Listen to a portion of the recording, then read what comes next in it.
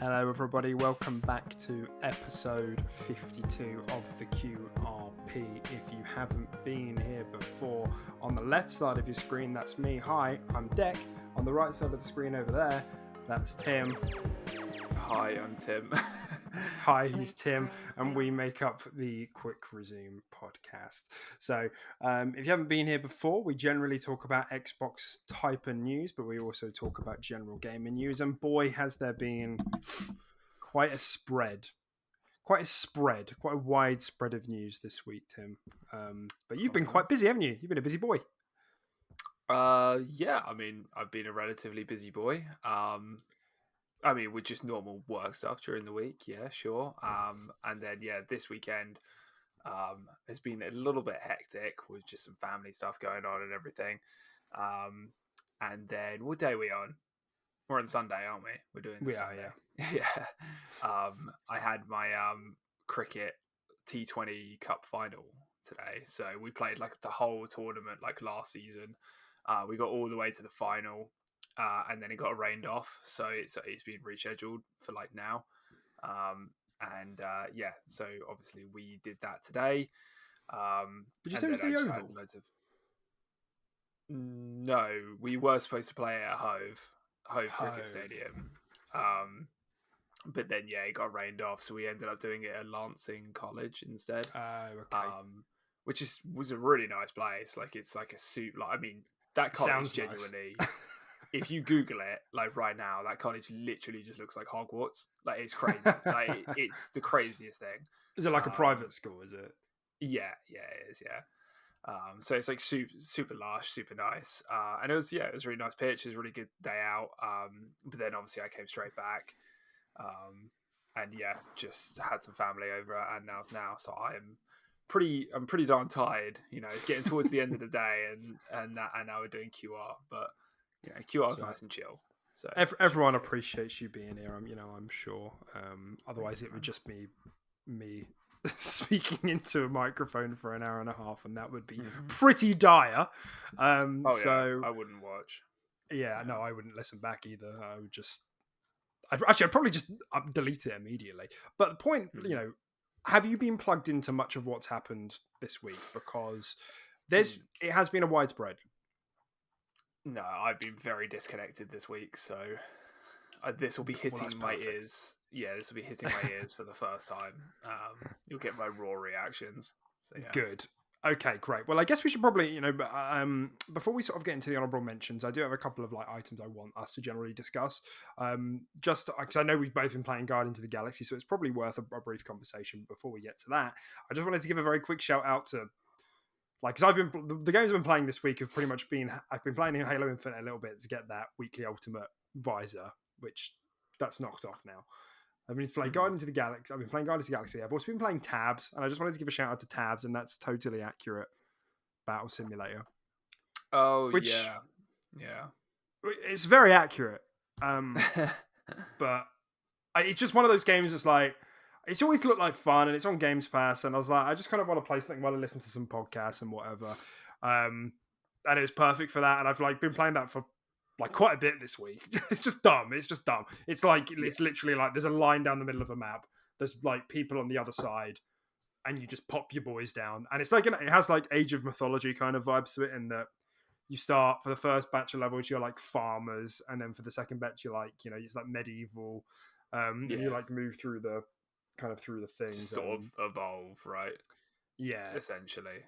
But and it's dumb, physics-based stuff. So, people go flying, people, spin across the floor, getting battered by, a meat club, just stupid shit like that. And you can, possess them as well. And, control one of your units sort of thing. But, anyway, I just wanted to give that a quick shout out because that's been really fun for me this week. If you've been on the fence, definitely give it a go. Yeah. I mean, there's a BR version of that game, isn't there? Totally Accurate Battle Royale. Oh, is there? Yeah, which I've been really waiting to come to Games Pass because I heard it's just it's literally just you just drop in with I think it's only one other mate, so you duo queue. You just drop in and it's BR, closing ring, you fight it out, it's wacky weapons and abilities and items and stuff, and it's just pure chaos. it's just like no rules and it's last man standing sort of thing. Oh right. I've watched some YouTubers play it and stuff, and it is hilarious. It looks so good. Oh right. But yeah, it hasn't come to Games Pass yet. But that is definitely right up our alley. It's a proper BR. Like, you pick up guns, you find attachments, you find perks, you find spells, all that, and you just kick yourself out, and then you just weird. Yeah. It's kind of awesome. Yeah, no, that looks. I'm just having a look at a couple of screenshots now, but yeah, it looks pretty fun. Yeah. But super it's, wacky. Yeah, like the physics is like they've totally got it down. It's just like the dumbest shit. Like I had a mammoth fly like 2 miles in the air, like off the screen at one point. And I was like, why? It reminded me of like in Skyrim, when the giants used to whack the mammoths and whatever, and you go like miles into the sky. It's always hilarious. Yeah, that's so good. So there's that, and then there's Guardian to the Galaxy, which I've been like exclusively playing for like the last 2 days, because I've had the stars have aligned, which have given me plenty of free time, and I thought I'd just boot it up,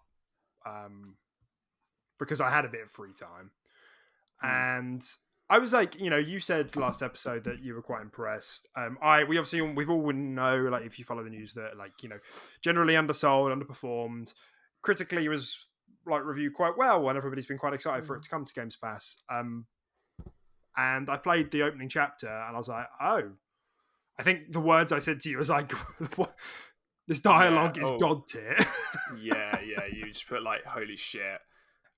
What an opening! This dialogue is god tier. And then I was literally just like, "What are you talking?" I was like, "You didn't even say the game." I was like, "What are you playing?" I was like, "I don't even know what you're playing." And then you were like, "Oh, Guardians of the Galaxy." I was like, oh, "Okay, well, that makes a bit more sense." But yeah, it's good, isn't it? It was just such a good opening, and like the rest of the game hasn't slowed down either. And I think I'm coming into like the final act. It's been like actually like really good, like actually like really good. It's like 9 out of 10 game, good, isn't it? It's a solid game. It's a really solid game, which I just was not expecting. Like I know a lot of the criticisms that were levied against it at launch were like, some of it was technical and some of it was like, oh, gameplay is not that strong. But I don't feel that way about the gameplay. I don't know. I find that sometimes games that have like basic gameplay, as long as it feels kinetic and generally like works, and the experience doesn't drag on too long, and there's a little bit of progression, like that generally is enough for me, and I don't need much more than that.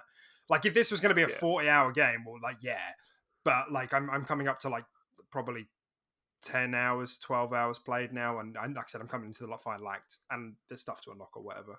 I don't know. I think it works well. I remember people saying the same thing about Hellblade, which I was, when I finished the game and I looked online, I was like, oh, I didn't think people would have a problem with that. I thought it was like good. I thought it was pretty good. It wasn't like hyper complex, but it didn't need to be hyper complex. I think it would have taken away from the game. So yeah, and I haven't really had many bugs. I've had there's like a couple of things which have annoyed me throughout the game. The main one being like dialogue overlap. Like it's just so irritating. And I feel like because it's so 50-50, like it doesn't always happen. And sometimes the game handles it really well. Like it will wait for someone to stop speaking and then the next dialogue will kick in.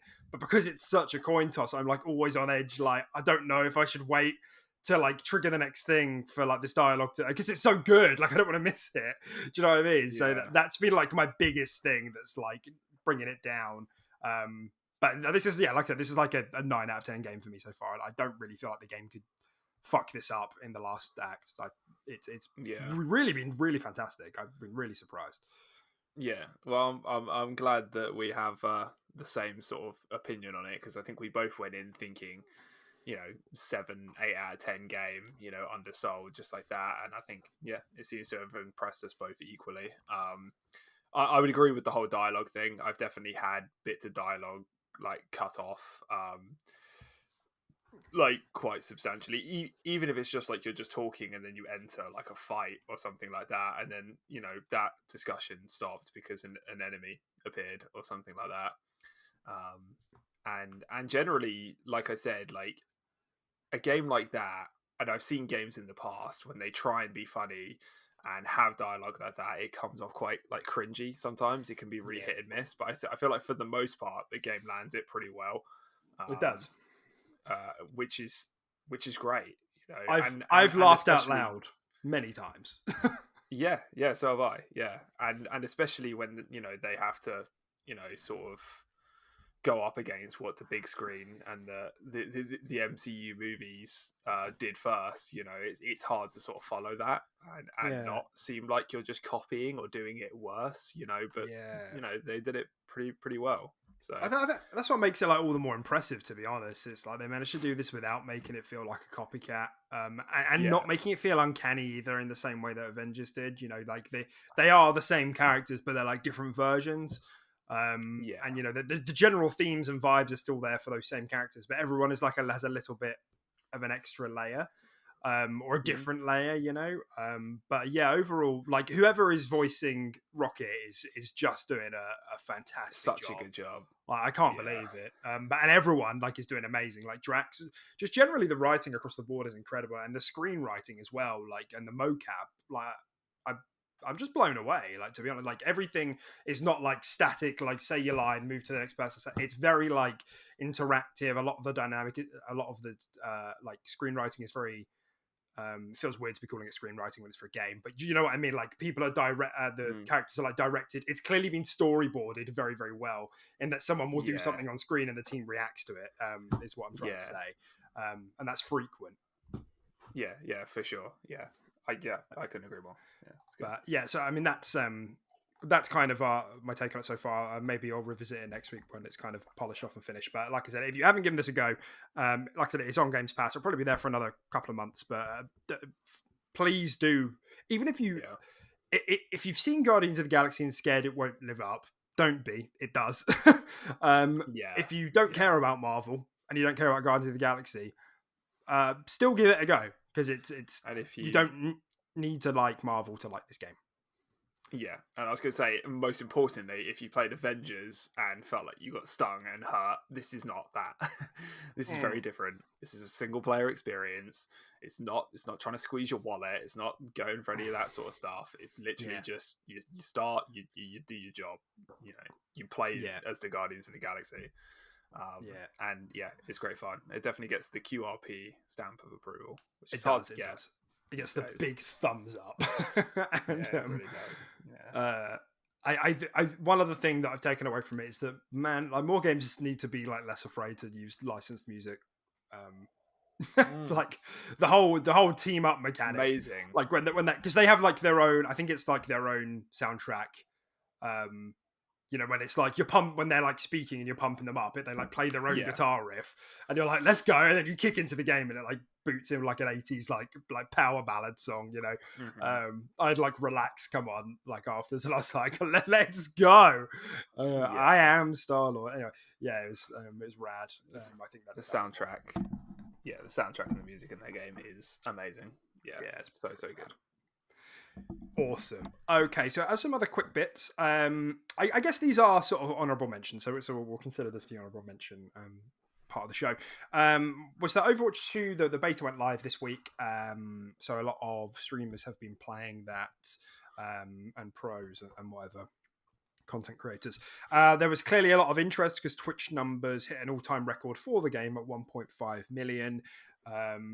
You know, not surprising that we have to keep doing this song and dance of like, a game's dead. Oh wait, it's hit an all-time record. Oh, it's dead. You know, so that happened. But I guess more than that, like, have you seen anything about this? Like, I know you've been like wrapped up a bit this weekend, but have you seen any like reactions to Overwatch 2 on the web or anything like that? I haven't seen any like community reactions, but like myself, I have watched some like YouTubers that I'm subscribed to play the game. I've watched gameplay videos and stuff like that. Gonna be honest, didn't realize it was Overwatch 2. Like, genuinely, like, it's for a while when they were playing a character that like wasn't new, like the new Assault character, I was actually just like, I wasn't sure if it was like a clickbait video or something like that. Oh, it's a joke, I'm actually playing Overwatch 1 while we wait. I genuinely thought it was Overwatch 1. Like, and I guess that's not a bad thing, but there was a little part of me that was just like, really? Like, I like, Like Yeah. even the maps, are the same. I didn't Mm. see like a new map like And on any of the that's not gameplay that's not videos. entirely correct. They have night and Oh, day day now. and night cycles, fuck off. Yeah. Not even cycles, just different variants. So it's just like, and it's great. It's Overwatch, like you said, and there's nothing wrong with the Overwatch formula. But then I'm also thinking, it's like £70. It's I seventy think it will be half. pounds. I think the first game was. I guess it depends what they do with it. The first game was 40. The first game was Yeah. 40. Yeah. So it depends what they do. Like nobody knows how they're going to try and like put this on storefronts because the PVE like supposedly is like quite far behind. They might release PvP as a separate thing again, but you're right. Like they might ultimately wait and put the whole thing together for 70. In which case they'll say, "Oh, the PVE is what justifies this." But I'm kind of with you. It does take away from the value a bit. The fact that 80% of the content in the PvP is the same. Mm-hmm. Yeah, yeah, no, yeah. It's literally, yeah. It just didn't even look different. Like I was expecting it to look a bit more polished, a bit clean. Maybe they like change up the palette a bit, or and like characters, I felt like looked the same. Like I guess Lucio's kind of different, but not really. Like let's be honest, he's just he's just the same. I don't know, man. Like I said, I feel like if you put the two side by side and didn't play one of the new characters, I would really struggle to actually know which one was Overwatch 2. Yeah. I think there's some like UI changes for like the health and stuff like that. You know, I think they've changed that a little bit, but for the most part, yeah, it was just so similar. But you know, that's not me ragging on it. You know, I don't want that to get across as me just ragging on it. But yeah, it was just a bit shocking, I guess. Yeah, but it's perfectly valid, isn't it? Like we've all kind of been waiting to see. Like we weren't like they've only spoken about a couple of new maps, like a new mode where you like push the robot around the map or whatever, like tug of war, and like one new hero. They spoke about a couple of reworks as well, but like all of these things amount to like like a moderate to big update. This is not a could have just called it. Yeah, you could have just called it Overwatch like update 2.0 and just made it an Overwatch update. You didn't make it a whole new game, but yeah. Yeah, and that's really the thing. I guess that there is a line somewhere where everyone would probably be like, okay, that's an acceptable bar of like content for you to sell this as a sequel. But that bar obviously shifts depending on whom you ask. But whatever that bar is, it's definitely not 2 maps and 1 new hero and a couple of reworks. We're talking like 5 maps, 3 or 4 new heroes. New, obviously new game mode, and maybe some other stuff there as well. Yeah, I mean, Overwatch 1 launched with a roster of like 15. I don't know. It was something like that. It wasn't tons. Like, I think it was like 11, maybe 10 or 11. I get the feeling Anna was like 11 for some reason. But like that game launched with those sort of numbers and those sort of unique characters, and that launched for $40, or £40 or whatever. So it's like, I feel like this one, we're asking for this one to do half that to justify, and we even think that might be pushing the boat a bit. It's weird how gaming's changed like that. It is a bit, but it also does, like, we're making a lot of assumptions. Like we don't know how they're going to price this. No, after all of this, they might end up going like they might release PvP and PvE as separate clients, like in the same way that, or put them together in the same way that like Infinite did, and like have the PvP as free. Charge for the PvE because then they know they're going to continue to get money, and like it will get them a lot of goodwill, and they can just monetize off the PvP like they've continued to do, and they'll probably have like battle passes this time round, so they're gonna like have additional streams of revenue and content. So we don't know. Yes, I'd be in agreement with you that if they charge full price, it's not going to sit well. So we'll have to see. And like, I don't know what decisions were made to get them to this place. A lot of people feel that this is like kind of a remnant of Activision. In the same way that Bungie and Activision were like just not vibing, and then they split. Activision getting getting a bit too greedy with some stuff like, oh well, the amount of money you're making is like really dropped off, and the only way to get people back in or to get another boost of money is to slap a 2 on it. Slap a 2 on it, exactly. Yeah, in crayon. So, well, yeah, we'll have to see how it pans out. I'm not disappointed that this is just more Overwatch, because ultimately that is what you'd want. I guess I was just looking for more. And we don't know the full details yet, so it is hard to say. So I'm just gonna have to give them the benefit of the doubt, really. But beyond content, Tim, the biggest change that people are talking about for Overwatch is the fact that they've shifted to 5v5. And I should remind you as well that there's still role queue. Like, I think that came in after we stopped playing. So you have to queue into a particular role. You can't just queue a game and then pick whatever you want anymore. And I've got to be honest, I remember playing Overwatch after this came in. I tried it for a bit. And I wasn't sure how I felt about it, because we always used to complain about going into quick play or whatever, and people would just spam in Hanzo Genji, Junkrat, and then we'd have to pick up the pieces with a tank and a healer. That would be 70% of our games. And that was annoying. The flip side, I guess that obviously doesn't include rank, where people were generally more sensible. The flip side of that is role queue, where you say to someone, okay, you can play what you want, but if you want to play a high demand role, you might have to wait a bit.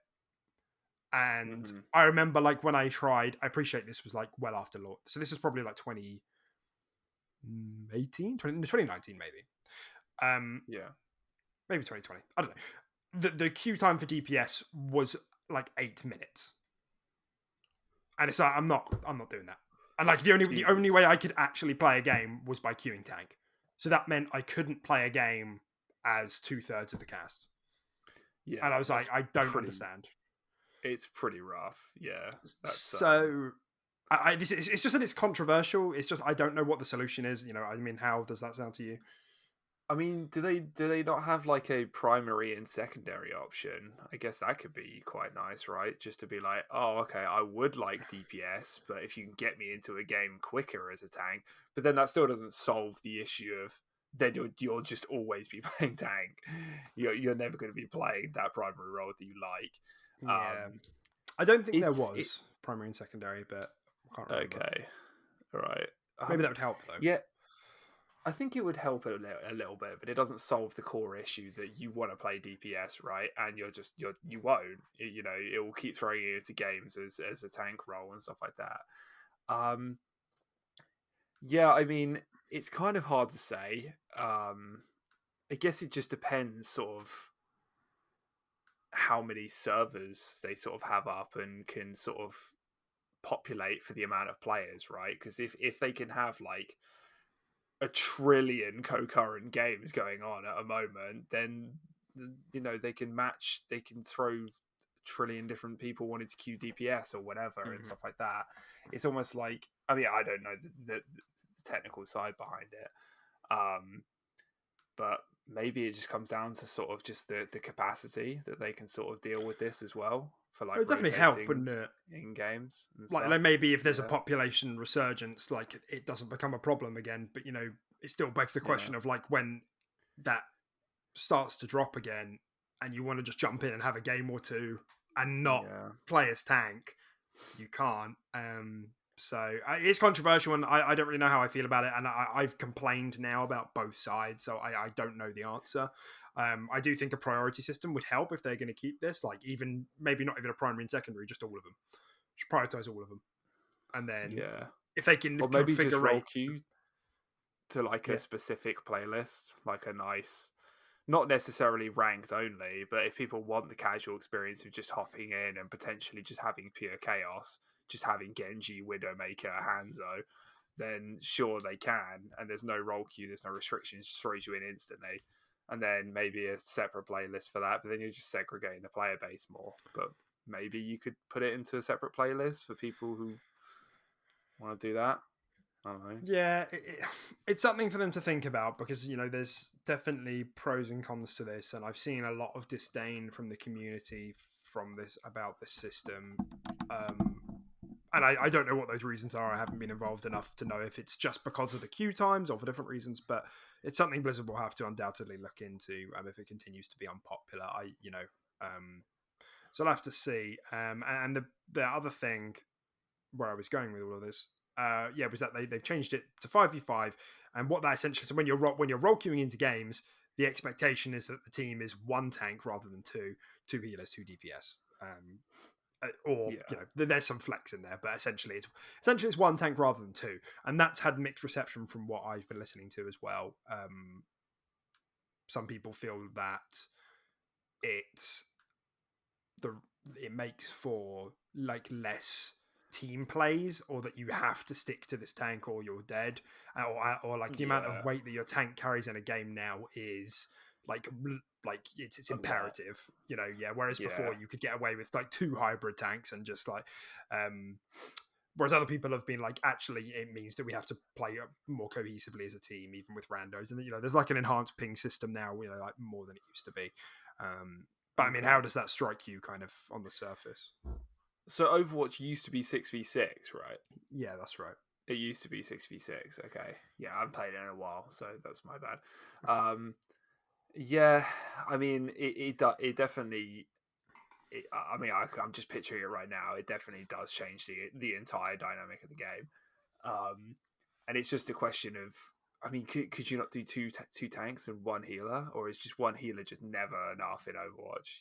It's a staple to always have two. Is it? I don't. You know what? I don't. Because I feel like if you frontline properly, you just have a single mercy. I don't know if the game lets you though. Oh, okay. Oh. Like, because for example, like if you role queue tank and then you get into the game, you can only choose from that pool. Yeah. So presumably, two tanks aren't going to get put into the same game. What I keep hearing is that it's one tank, two healer, two DPS. I don't know if obviously, I don't know how that works, because there are like some characters which don't strictly fit into those roles and like a more utility, like Mei is like not necessarily DPS. I don't quite know how all that works, and someone will have to correct me in the comments. But yeah, so maybe that's another point of like actually it minimizes kind of composition creativity. Creativity. I mean, immediately I didn't like the fact that you said like, oh no, you have to have two tanks. I'm like, well, actually I'm the player. I feel like I can kind of make whatever team comp I want if I'm queuing with five of my friends, four of my friends. That's kind of, I don't know. I didn't really like the idea of that. But yeah, I mean, strictly speaking, one tank, two healers, then it definitely does mean that a tank, someone like Reinhardt, is going to be much more in demand over someone like Winston now, right? Because Winston can die very quickly if he's focused and stuff like that, when Reinhardt is substantially more tanky, both through the extra armor he's got on his health bar and his big old rectangle shield, which, can stay up longer depending how well your DPS are doing to keep the other team at bay and all that sort of stuff. Immediately I can see like someone like Reinhardt just through survivability alone becoming so much better, because you only have one tank, right? And I think someone like Diva.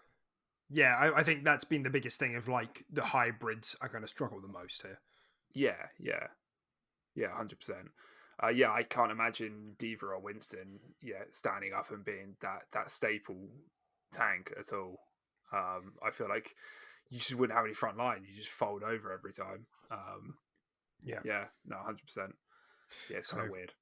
So I mean, watch this space, but like generally the vibe I'm getting is like good. Like obviously people are interested with all of those Twitch views, and people like generally feel happy to be playing Overwatch again. And it's it's hard to say if that's because there is like an actual like content refreshment, which doesn't seem to be the case, or if it's just because people have taken a long break and coming back to it with like a little bit and thinking, oh yeah, this actually is like a lot of fun, which it is. So yeah, watch the space. We'll have to wait and see how it pans out.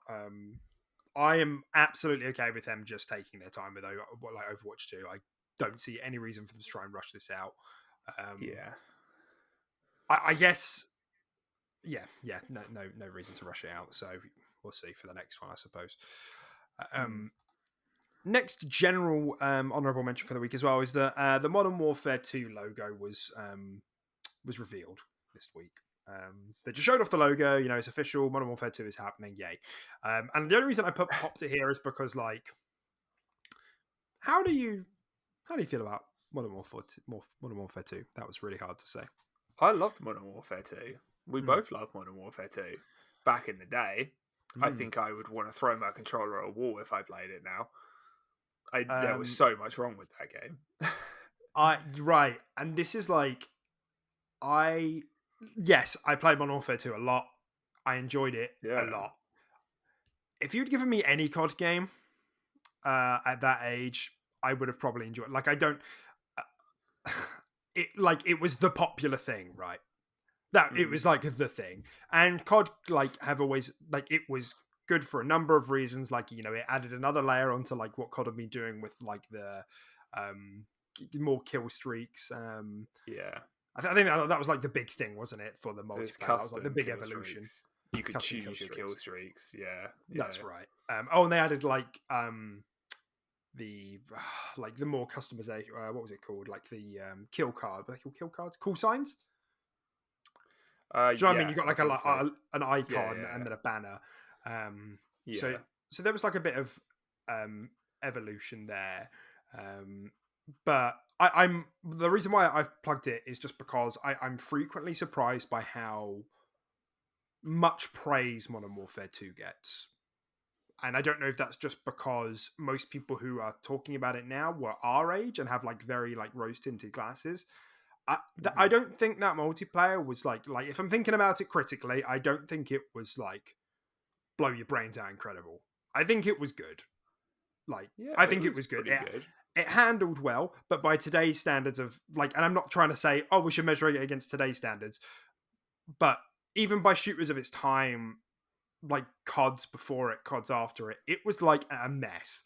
And like, because there's this whole argument at the moment about games being too fine-tuned for balance and that taking fun out of the game versus, games being more balanced and trying to retain that for competition, but maybe making games too sweaty too often.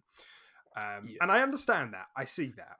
But I don't... And there are some games where, like, balance is, like, not perfect. They're always, like, achieving more. There's tweaks and updates and patches, like, here and there. And you get it generally right, and there's always a meta that forms. But Modern Warfare 2, I felt, was so fucking, like, all over the place that there was, like, 20% of the guns and equipment was like quintuplest tier and everything else was beneath that. And I don't see how that bad balance equates to more. Like, if I want to be viable, I have to use those top 20% guns. Do you know what I mean? Yeah. So if anything, that's taking variety away from me. So like, I don't understand that argument personally. Yeah, it's just like, why ever use an assault rifle over the ACR? Remember that gun? Like, why would you ever? Like, it killed just as quick, if not quicker, than any other gun, and it had zero recoil. It was perfect. It had a big mag, like everything. And that was the game that had the models. You remember those shotguns? Where they pre-patch. Yeah. Literally, the shotguns, you could kill people across a map, and I'm not even exaggerating. It was disgusting. Like, I don't know how it made it past playtesting. Like, it was a joke. It was an absolute joke. I know. And like, I guess like this is what I mean, because it's like very rose tinted glasses. Because there was so much shit shoved in there, and it was so poorly balanced. You did have times where you could go around and do whatever the fuck you wanted, and that was fun. Like, some of my fondest memories in Modern Warfare 2 was me and you running around with riot shields and throwing knives, always doing really bad, but always having fun trying to batter people or to like chuck throwing knives from behind or a C4 or whatever. That was fun. Like, that was fun. I couldn't do it for 5 hours because I would get tired of getting my neck stomped, but every now and then we'd get a win and it would be really exciting. Fine, I get that. But nonetheless, for the majority of my playtime, I had to conform to what was meta because it was so top heavy, or it just felt like I was constantly on the back foot. And so I feel like it took variety away. Whether it's the counter argument is that by being hyper balanced, you don't have those moments, and it takes away from like an exciting sandbox or whatever, and it flattens everything. So that's like I think Modern Warfare 2 is like the reveal of it has kind of sparked that argument a little bit. So yeah, that's and it wasn't even in just guns, was it? It was just like that's like we said, one-man army. That's yeah, perks like one-man army and stuff like that. Yeah, exactly. But like this was the game that introduced custom kill streaks, as we said. Great, I get to choose my kill streaks. Why the fuck would I? Like literally, Predator missile, Harrier strike, chopper gunner. Yeah, that's it. Like you essentially could get a nuke like quite easily. Are you telling me you don't want to use a counter UAV for 4 kills? No, exactly. It just took all freedom away. It's just like, why would I ever use any of that? Like, and the only time we ever did was to make the game more challenging or more fun or to spice it up, like picking like an emergency airdrop just to like meme. And it's just like, but it just, it was just, if you wanted to do well, you needed to conform to the Predator missile, Harrier strike, chopper gunner, right? Yeah. Because they were just far superior to anything else. It's just like kind of idiot uses a pave low over a Harrier strike. Exactly. Like, come on, you're just being a hipster. Like, yeah, exactly. Let's face it as well. Like, if we asked everyone in the audience, dear listener, if you've played Modern Warfare 2, to recall all of the custom kill streaks, I bet you can't name like more than like 6 or 7, considering there are like 15 or something. And I know the ones that stick out in your head: a UAV, Predator missile, Harrier, AC-130, and chopper gunner. Okay, and nuke, whatever. That's not kill streak. But... Mate, tell you what, you remember the EMP? Oh, the EMP, dude! Wasn't that a 15 kill streak? It was Sentry like gun. One Sentry gun. Or turret or whatever. Yeah. I think EMP was a 15 kill streak, dude. It was like one of the top. And all it did was just like a counter UAV and make your screen kind of blurry. Yeah, it's remember how trash it was? Yeah, it's trash. And it like broke stuff. Like if there was a sentry gun on the map, you broke that sentry which gun. nobody ever used. Fantastic. Yeah. Great. Oh my god, yeah. That game was just that game was like fucking slice of Swiss cheese. It just had holes just everywhere. Yeah, exactly. And this is like kind of my thing of like it was good. It was like 8 out of 10 good. It wasn't like 9.5 or 10 out of 10 good, in my opinion. I played it a hell of a lot when I was younger and have a lot of very fond memories playing it because I was younger, but I'm not willing to let that nostalgia bump hijack my critical brain. So I'm assuming that when this game comes out, it will be a big success because the first Modern Warfare was, and I'm sure there'll be balance tweaks, and they put a lot of love and care into bringing that remake out. And obviously the story was very, very good. Like the story was renowned for being very, very good. But that's generally just how I'm feeling about that whole thing because it's stressing me out a lot. Of people saying that this multiplayer was a masterpiece when I'm sorry, I just don't agree. It was a masterpiece for the time it came out, sure, but no, I don't even think it was a masterpiece for the time it came out. It was good. It was good for the time period it came out. But yeah, I wouldn't say it absolutely blew me away. But it wasn't that kind of, again, COD was the only thing I was playing back then, so you'll have to correct me, listener, if I'm wrong, but it was that time where Call of Duty had a like total monopoly on shooters, on like competitive shooters. Yeah. Like if you weren't playing in the COD, console space. You were lame if you weren't playing COD. What were you playing? Medal of Honor? Actually, I guess you could argue like Halo 3 was also the cool thing to play back then. That was the only thing battling. Yeah. And I suppose Battlefield was around as well, but it never quite got the same stranglehold that COD did. So no, there we go. Really didn't. Okay, so that's that. All right, let's trend into some of the Xbox stuff then. And so as we're at that sort of 40-minute mark, I just want to remind you, if you're listening, if you're watching us on YouTube, hi. If you could leave us a like, please, that'd be great. If you want to subscribe and hear us every week on a Sunday or a Monday, usually, that would be fantastic, and we'd love that a lot. It'd really help us out. So, Xbox has been selling quite well. spoke about this a bit last week, but we've had a bit more information in their quarterly report, Microsoft's quarterly report. They said that their Xbox gaming segment revenue was up 6% year over year for the quarter ending March 31st. Hardware sales were up 14% year over year, which is obviously a positive sign for console availability, and software and services are up 4% year over year with growth from Games Pass. This was also followed by a statement from Satya Nadella, CEO of Microsoft, saying that they have captured some market share back in the last 2 quarters as well, which means we've been outselling PlayStation for a bit.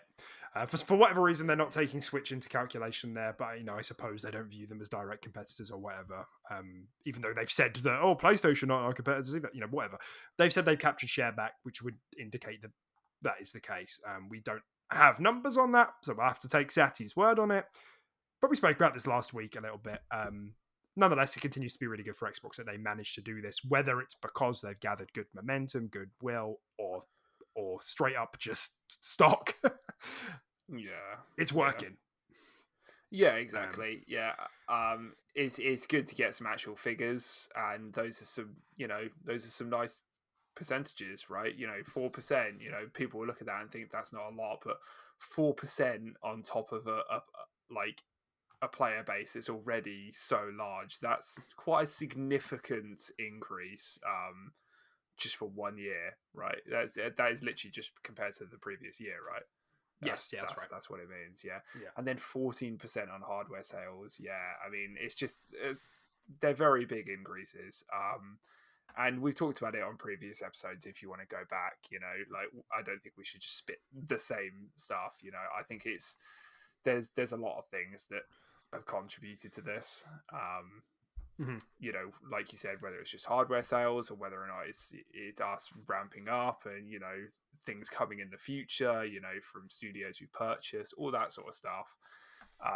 Who knows? But regardless, the numbers are going up.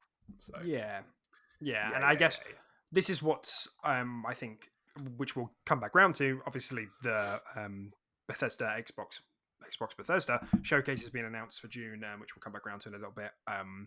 But I'm excited to see where momentum is at after that showcase, or in the months following that showcase. Because we're all expecting a big success from that showcase. Like, a lot of hype is going to be, and excitement is going to be generated. And if that is the case, yes,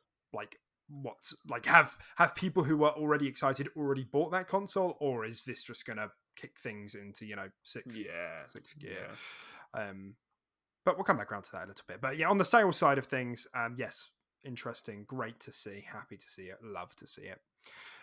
And very quickly, I just wanted to add, because I just remembered that this happened, and I just very quickly added it to notes. But in case you hadn't seen, there is something called the Tribeca Games Festival happening on June the 11th through to June the 19th. I don't know what this is.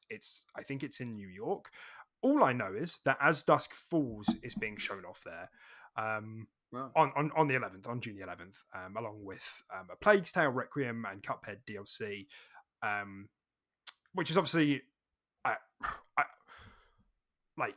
it seems a bit weird, to be honest, considering this is going to be an Xbox exclusive game, and Xbox were like, just sure, show off your demo there, like a day before our thing. But this information has been available since before the showcase was announced, so clearly someone was looking at the books and said, we can't fit you in the showcase. We just don't have time. And also, I feel like I've been speaking about this game forever, even though it's like not a big deal. I think this was the game that was one of the games that was announced. What was it? It was one of the games that was announced in 2020, I want to say, before the launch of the Series X. It was in the E3, in the E3 thing, or the E3 equivalent. So anyway, so it's been bloody ages. So it'll be good to see some gameplay for that. But clearly they couldn't or didn't want to fit it into the showcase this year. But just thought I'd mention it. Okay, let's get into the main stories for today, ladies and gentlemen. So we're going to get Halo out of the way to begin with today, because I know, and if you are sick of hearing, listening to us talk about Halo, I am sorry. It's just very noisy at the moment. So if you want to skip past, you're more than welcome to. So there was a community live stream for season 2. It was about an hour and a half long. And they spoke about a number of things. They showed off the battle pass. They had Joseph Staten there talking about what they're going to be doing, a few bits and bobs, a bit of explanation on rationale as to why things are the way they are. And they spoke a bit more about the narrative events as well. And there was also a very weird little glitch in the stream, which was like, ARG. It was like, augmented reality, like marketing kind of stuff, like, find out what's going on. And so that indicated that something else was going on. I thought it was actually pretty neat because like nobody like mentioned it. It just happened and then nobody like said anything like, and it like was like 15 seconds long. I thought I was going crazy. I thought I was being hacked. Like it was weird. So I don't know if that, no, it hasn't like it's been publicly acknowledged, but nobody has like explained what it means yet. And obviously people are now speculating. So that's how this stuff works with their viral marketing. But people are speculating it's to do with either the narrative events lined up in season 2 or some additional stuff that's due to be shown off at the showcase, whether that's more story, certain affinities mode, who knows. So you tuned in for a little bit, didn't you? Was there anything interesting that happened while you were tuned in? Not particularly. Yeah, so I tuned in for a bit, and I think it was kind of when they were going through the battle pass stuff. And I'm not gonna lie, I kind of turned it off. They were going through the battle pass very slowly. Yeah, they were just showing it off. It took them. I was literally just like, "This is great," and it looks like a cool battle pass. But I was like, I'm happy just to watch a recap tomorrow morning, like a 5-minute video that just recaps it or something. Like I was like, this is ridiculous. We're on like number 10 of like 100, and it's been like over 10 minutes. You're spending like over a minute per square at the moment. This is kind of nuts. That was just before the glitch kicked in. Oh, okay, yeah. But yeah, it sounds like it came in at a bad time.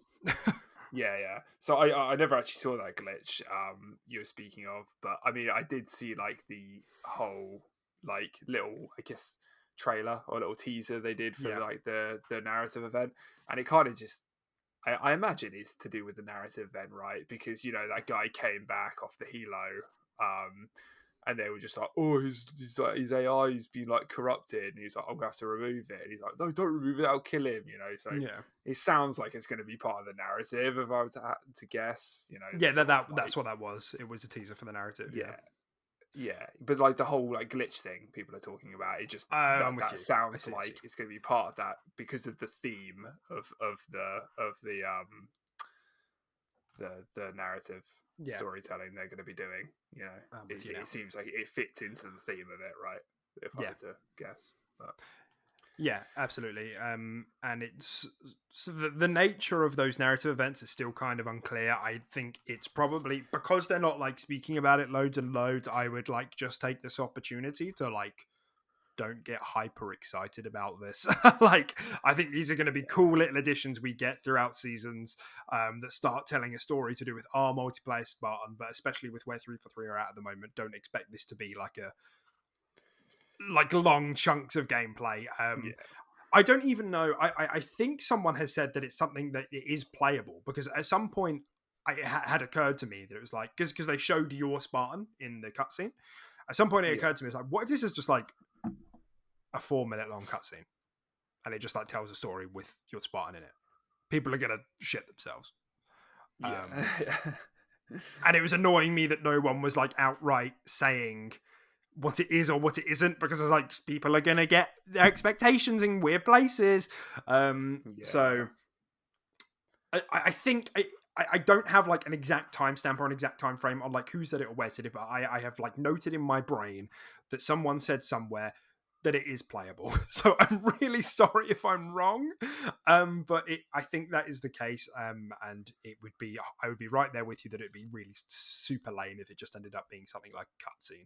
If it's like a 10-minute mission, fine. Like, just like keep your expectations down. Hopefully, it's just something cool that introduces kind of being able to use our Spartans into the universe. I think that would be cool. Yeah. But I'm keeping my Yeah. expectations low. Yeah.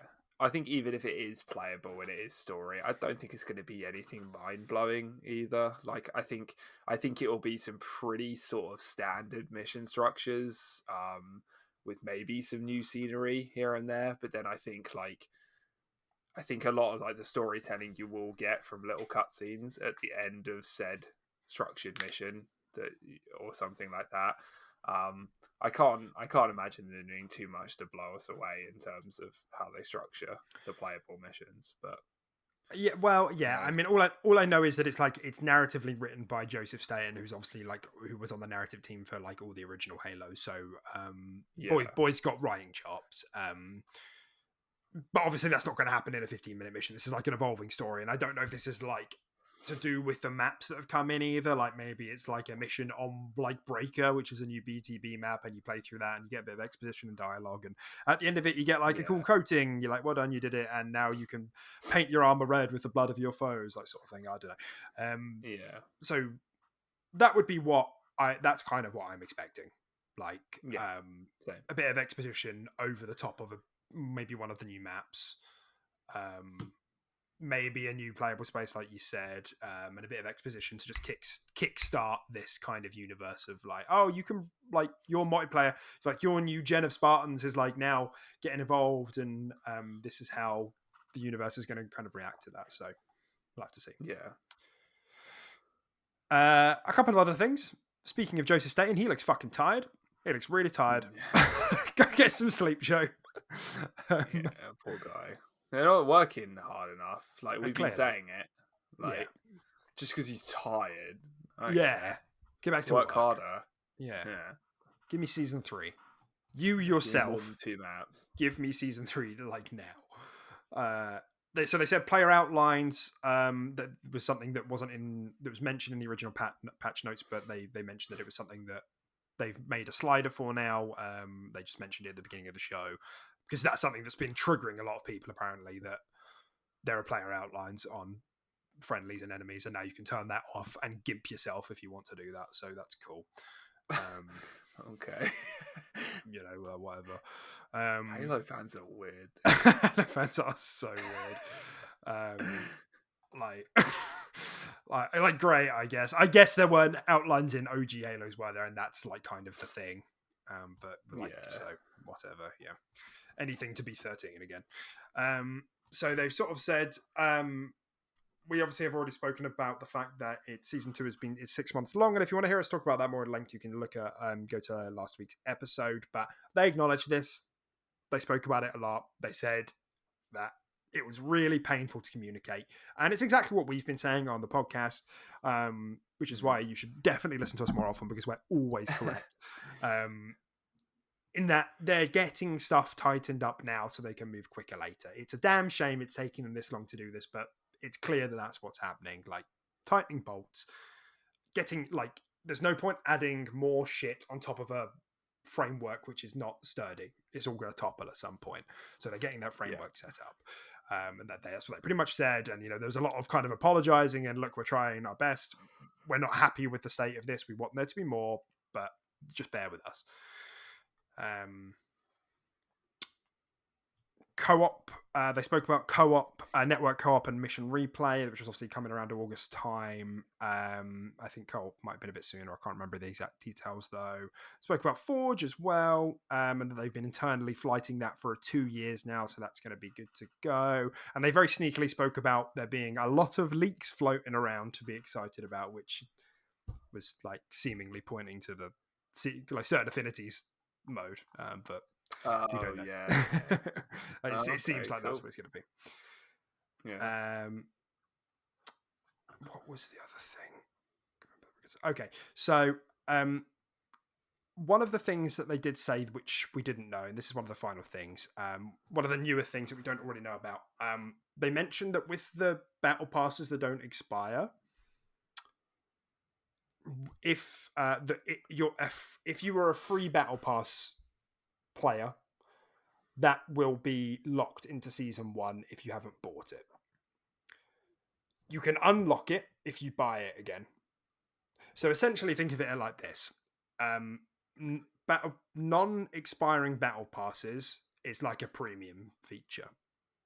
Yeah. So you can't just access all the free stuff all the time. Like you keep your progress. So if you've got to like level 60 for free, and now you're in season 3, and you're like, oh, actually, like, come to think of it, I really want that mythic set. You have to buy it, and then it will give you all your progress, and you can go from there. Continue. Okay. So they were upfront with that, and they were like, that's how it is. That's how we're going to do it. We felt that like weighing up the monetization system, putting the credits in, allowing you to go back and like buy it with that. This was like a fair compromise, and I think it's reasonable. Yeah, it's fine to me, isn't it? Yeah. I don't see a problem with that. I know some people will find a way to complain, but the seasons are 6 months long, bro. Like you have enough time to finish your battle passes. Yeah, if you're not, I finished my battle pass in like month 1. Like, yeah, exactly. I haven't played the game for like 3 months, and I've been on level 100. Like, yeah, come on, man. That's right. But that's pretty much it, Tim. It's obviously season 2 on Tuesday. It's Tuesday. Yeah, it's Tuesday, man. Wow. This Tuesday. Wow. Yeah, this Tuesday. That's crazy. Didn't think it was that soon. So it should be tomorrow by the time this video is uploaded, which is so annoying, right? Because we've had a long weekend and whatever. Yeah, it's a bit triggering, isn't it? Well, that's why I've been trying to like smash out Guardians of the Galaxy, because obviously I imagine you're on the same page as me. We'll go back, we'll play Halo, we'll probably have fun with what they're offering, the new modes, the new maps, new battle pass, and then maybe one more at the end of it. We'll see where we're at. Yeah, because I imagine very much we're going to have the same sort of thing that happened in season 1. Get some good enjoyment out of Infinite for a month, maybe 2, and then probably put it down if they're not able to sort of keep up the content until season 3. Yeah, we'll probably get Onyx as well. Just probably just really quick, easy things. Yeah, just a couple of matches here or there. Just smash it out. Yeah. So yeah, is there anything else you wanted to say about Halo before we move on from that? No, I mean, I guess we didn't really go into the battle pass much. What did you think of the battle pass? Oh, that's right. That got revealed. Yeah, no, I'm glad you brought that up, actually. So, generally, the consensus I'm seeing online is that people are really, really happy with Battle Pass. Much happier than what they were before. Way less rerolls, way less filler. Obviously, there's more credits, and it's important to have some rerolls and boosts in there while the system is currently how it is operating. But yeah, I was super happy with that. I thought it was actually really cool that those wicked shoulder pieces that everybody's speaking about, the elite skulls, that's level 99 and 100. I thought that was really cool. I don't know why. I was expecting it to be an armor thing at the end, but I just thought it was quite a cool subversion. It was like, oh, it's actually just like shoulder pieces that look wicked. I don't know. I just thought it was cool. Rather than it being like a fancy effect, Yeah, that's kind of cool. Yeah. I would agree with that. Yeah. Although I do love fancy armor effect. And there are some fancy ones in there. Did you see them? Yeah. I saw the kill effect. The green. The green kill effect. Yeah, but there wasn't. Oh no, yeah, and there was like the running, sliding, and one as well. Yeah, and it's all like green and like sort light of like Matrix hacky sort of thing. That sort of vibe, I think. And the helmet effect is like the digital like wolf monocle, for lack of a better word. Yeah. That looked really cool. So yeah, I'm kind of a huge fan of kind of the direction the sort of season is going in, the battle pass. I work in tech. Green's my favorite color.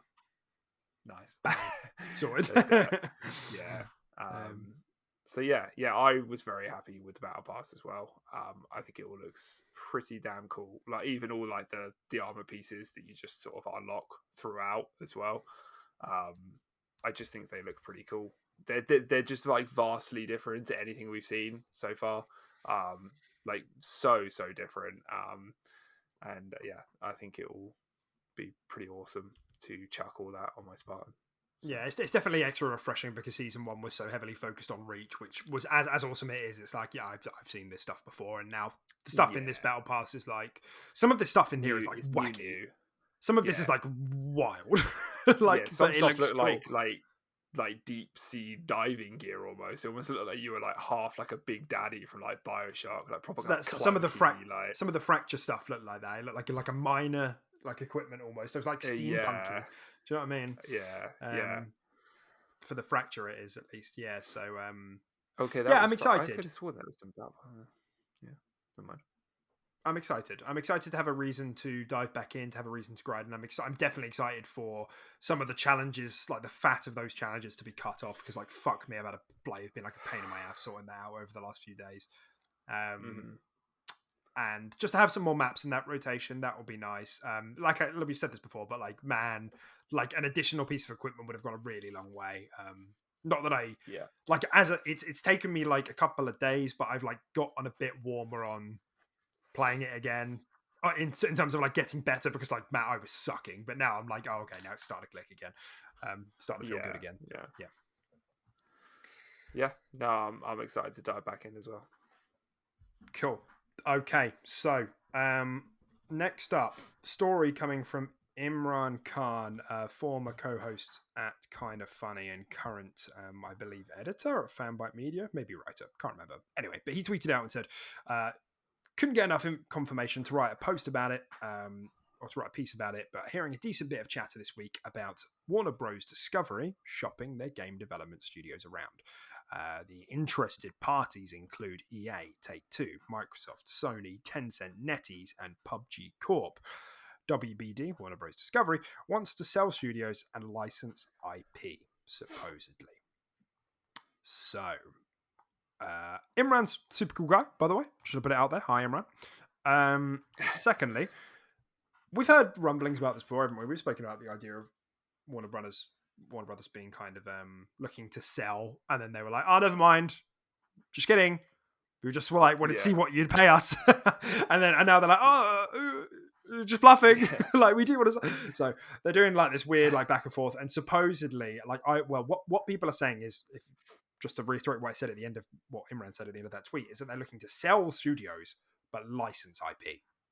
That means they are not selling the IP. That means they're saying, you take the studio, but you pay us for the IP, right? You know, it's like a landlord. I would assume that's kind of why they're going back and forth on a lot of this, because they want to make free money. Who doesn't? Right. I love that. I love free money. But in terms of the buyers, Tim, that was obviously a long list. And you know, you think about who's under Warner Brothers. You've got Monolith for the Shadow of War and Shadow of Mordor games. You've got Rocksteady for all the Batman games, upcoming Suicide Squad. You've got NetherRealm, Mortal Kombat, Justice. What was it called? Injustice. Injustice. And Traveller's Tales. Is that TT Games, who do all the Lego stuff? I think that's them as well. Yeah. So there are a few others that I'm missing that I can't remember off the top of my head. I hope you'll forgive me. What do we think about these shoppers? What do we think about these studios? Where are they going, Tim? Where are your chips going? Are they going anywhere, or is everybody gonna? That's quite. I know, but because this is like a hard sell. Like this is, and like because Jeff Grubb said about this as well. Like it's a hard sell for any of these companies that we've just mentioned to be like, yeah, okay, we'll not only buy this very expensive studio, but we will give you back the profits, the slim profit, like the profits we make on this software for the IP. Like, I think I could see like at least like Microsoft going for something like NetherRealm. To get a foot back into like the fighting scene again and stuff like that, because we haven't got any like staple sort of. I mean, we had Killer Instinct and stuff like that, and whether we continue that, I don't know. But yeah, we haven't really got like a staple inside the fighting genre like Sony do, like Street Fighter and stuff like that. So I could potentially see that being a decent pickup for Microsoft, but that has been one of the biggest talking points over here on Team Green. You know, that NetherRealm are probably looking like quite a tasty steak right now to Philip Spensorius. Good old Philip.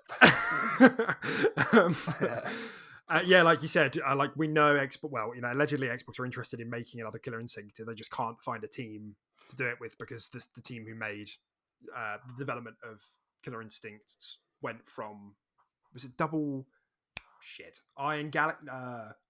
to Iron Galaxy? Maybe it swapped between those two, and now whoever did the second half is now wrapped up with Amazon, I believe, or they were and maybe aren't anymore. Can't remember the details. Nonetheless, those studios aren't available to be doing it right now.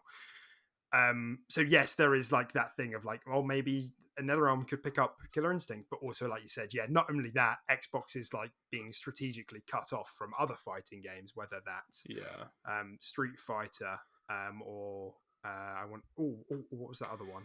Well, it's just a lot of fighting games that I feel seem to come exclusive to PlayStation. Like I know, like Melty the Blood? most recent, No. like Guilty Gear. Guilty Gear, thank you. Yeah, that's the one. Yeah, like Guilty Gear, and there's another one as well that's exclusive to PlayStation. Yeah, It just seems like a lot of recent fighters that have come out, and the biggest staple of all being Street Fighter, seem exclusive to PlayStation. So yeah, I feel like if you could swing Mortal Kombat over to yours, actually no, because it would still, if you're only licensing the IP, they'd still probably want it cross-plat. I don't know. How does that work? That's the thing. It depends on the negotiation and the terms that would be wangled here. So this really is seeming like a case by case, thing to me. And I guess it goes both ways, like you said. Like, like maybe Xbox could be interested in taking NetherRealm to secure fighting games or like Killer Instinct. But what if this went the other way? Like, I think that's more my biggest thing. Is like Xbox must be looking at this defensively rather than aggressively. In the sense that if Sony just bought NetherRealm, Xbox is getting no fighting games. None. That genre is gone. Like, barring your indie ones here and there. And that's a bit of a scary prospect because the only big ones... I know, like, I just said Melty Blood. What was that other one that our friends have been playing? King of Fighters? So you get some here or there, but, like, Mortal Kombat and Injustice are, like, the main ones that keep... Was that another back crack? No. I had cramp in my leg and I just had to swivel my chair so I could stretch it. I was like, is he turning so he could fart away from the microphone or something? What's he doing? No, I'm stretching out my leg. No, carry on. Sorry, man. God, that's really put a fork in my brain. Yeah. You were basically saying that, like, apart from like a hand-picked few fighters would be cross-plat and stuff like that. If we were to lose NetherRealm, that's right. Yeah, that's right. It's just and so there's that defensive angle, not just like, oh, what's the benefit of doing this, but like defensively, like, oh shit, actually, if we lose this is a real problem. Like those floodgates close where someone who like quite likes to buy the new big fighting games, but isn't like hyper hardcore, could still get an Xbox right now because they like Mortal Kombat and they like Injustice. But if that goes, that's not happening anymore. That sort of person is no longer ever buying an Xbox ever again. So that's the danger. Deal. Yeah, it is a big deal. Fighting games are popular. And I suppose, so that's kind of the first angle to this. I don't see, now that Microsoft is wrapped up with Activision Blizzard, I don't see Xbox really being super interested in any of this. I can't imagine them. So there must be some organizations here who are looking at this wholesale, like just the whole thing. We'll have all of it, whether it's EA, or it's maybe Sony or Tencent or NetEase, or even like someone new who wants to, like, I know Google and Amazon have been floundering, but if they suddenly went, yep, we're interested. And like Ubisoft, like there've been conversations about Ubisoft. They was like, yep, we'll spend 60 billion to get these two. Like they're back in the game immediately. Just let them operate independently, push out some decent hardware, and like I feel like that's quite safe bets. So that's kind of the second angle. The third angle is Warner Bros. Publish a lot of games that are really in Sony's wheelhouse. Shadow of War, very very open world action adventure. There's some towers in there, Ubisofty kind of towers, just like Horizon. Batman games, right? Very action adventure, like Spider-Man, all that sort of stuff. Yeah. So I can't help but think as well, Sony must be saying, we're starting to get a lot of capital on these superhero games with our Spider-Mans and our Wolverines. I bet it would really be nice if we could get DC as well. Yeah, get some Batman. Whatever happened to that like Wonder Woman game that was in development as well? Wasn't there a Wonder Woman game in development? Yeah, it only got announced. It didn't get announced. It only got announced at the Game Awards, I think, like in December. So it didn't get announced long ago. Oh, really? I thought it got Maybe, announced ages ago for some maybe it reason. was, maybe it was last year. Hmm. Maybe I'm being an idiot, but I could have sworn that was a long time ago. It I might, it heard might have about that been, game. it might have been longer than that. It's all I can remember is that it's Monolith making it, and a there wasn't a platform listed on it, so that it made speculation of like, oh, I wonder if Xbox are trying to like tie this down. Yeah. But it's Monolith, so Shadow of War guys. Yeah. So that's the other angle, and obviously, like there have been like people. We've had this discussion on the show of like, oh, do Xbox need a superhero? Like, do they need superhero games? And we've sort of said, oh, well, not really. That maybe it would help with mass appeal, but now with the massive lineup that Xbox has coming, they have mass appeal as well. So maybe it's less necessary than ever, and that's what I mean. I don't feel like Microsoft are looking at this aggressively, but more defensively. Like we don't want any. Like we don't want Sony getting a capital on all superhero games, but then also. Like, if EA gets all of this as well, I don't know, because maybe that would be better for, like, Microsoft having a good relationship with EA, Yeah, exactly. I was just about to say, yeah. And Tencent getting this, fuck that. Like, no thanks. Like, NetEase, I don't think so. So, Yeah, we're juggling. it's interesting. I think Monolith could be a decent pickup as well to either just have a continuation on the Shadow of War like saga and just making more of those, because why no one has not made more of those games or tried to pick it up or do something with it, I don't know, because those games were fantastic. They Oh, were so no. bloody good. Don't worry, we're getting Gollum. Ah, yes, thanks. Yeah, you reminded me. Yeah, I forgot we were getting Gollum. Yeah, I can't wait to take down it. It's just take down a tower with Gollum. Yeah. I can't wait to hit an Secure orc the over the map. head with a big rock.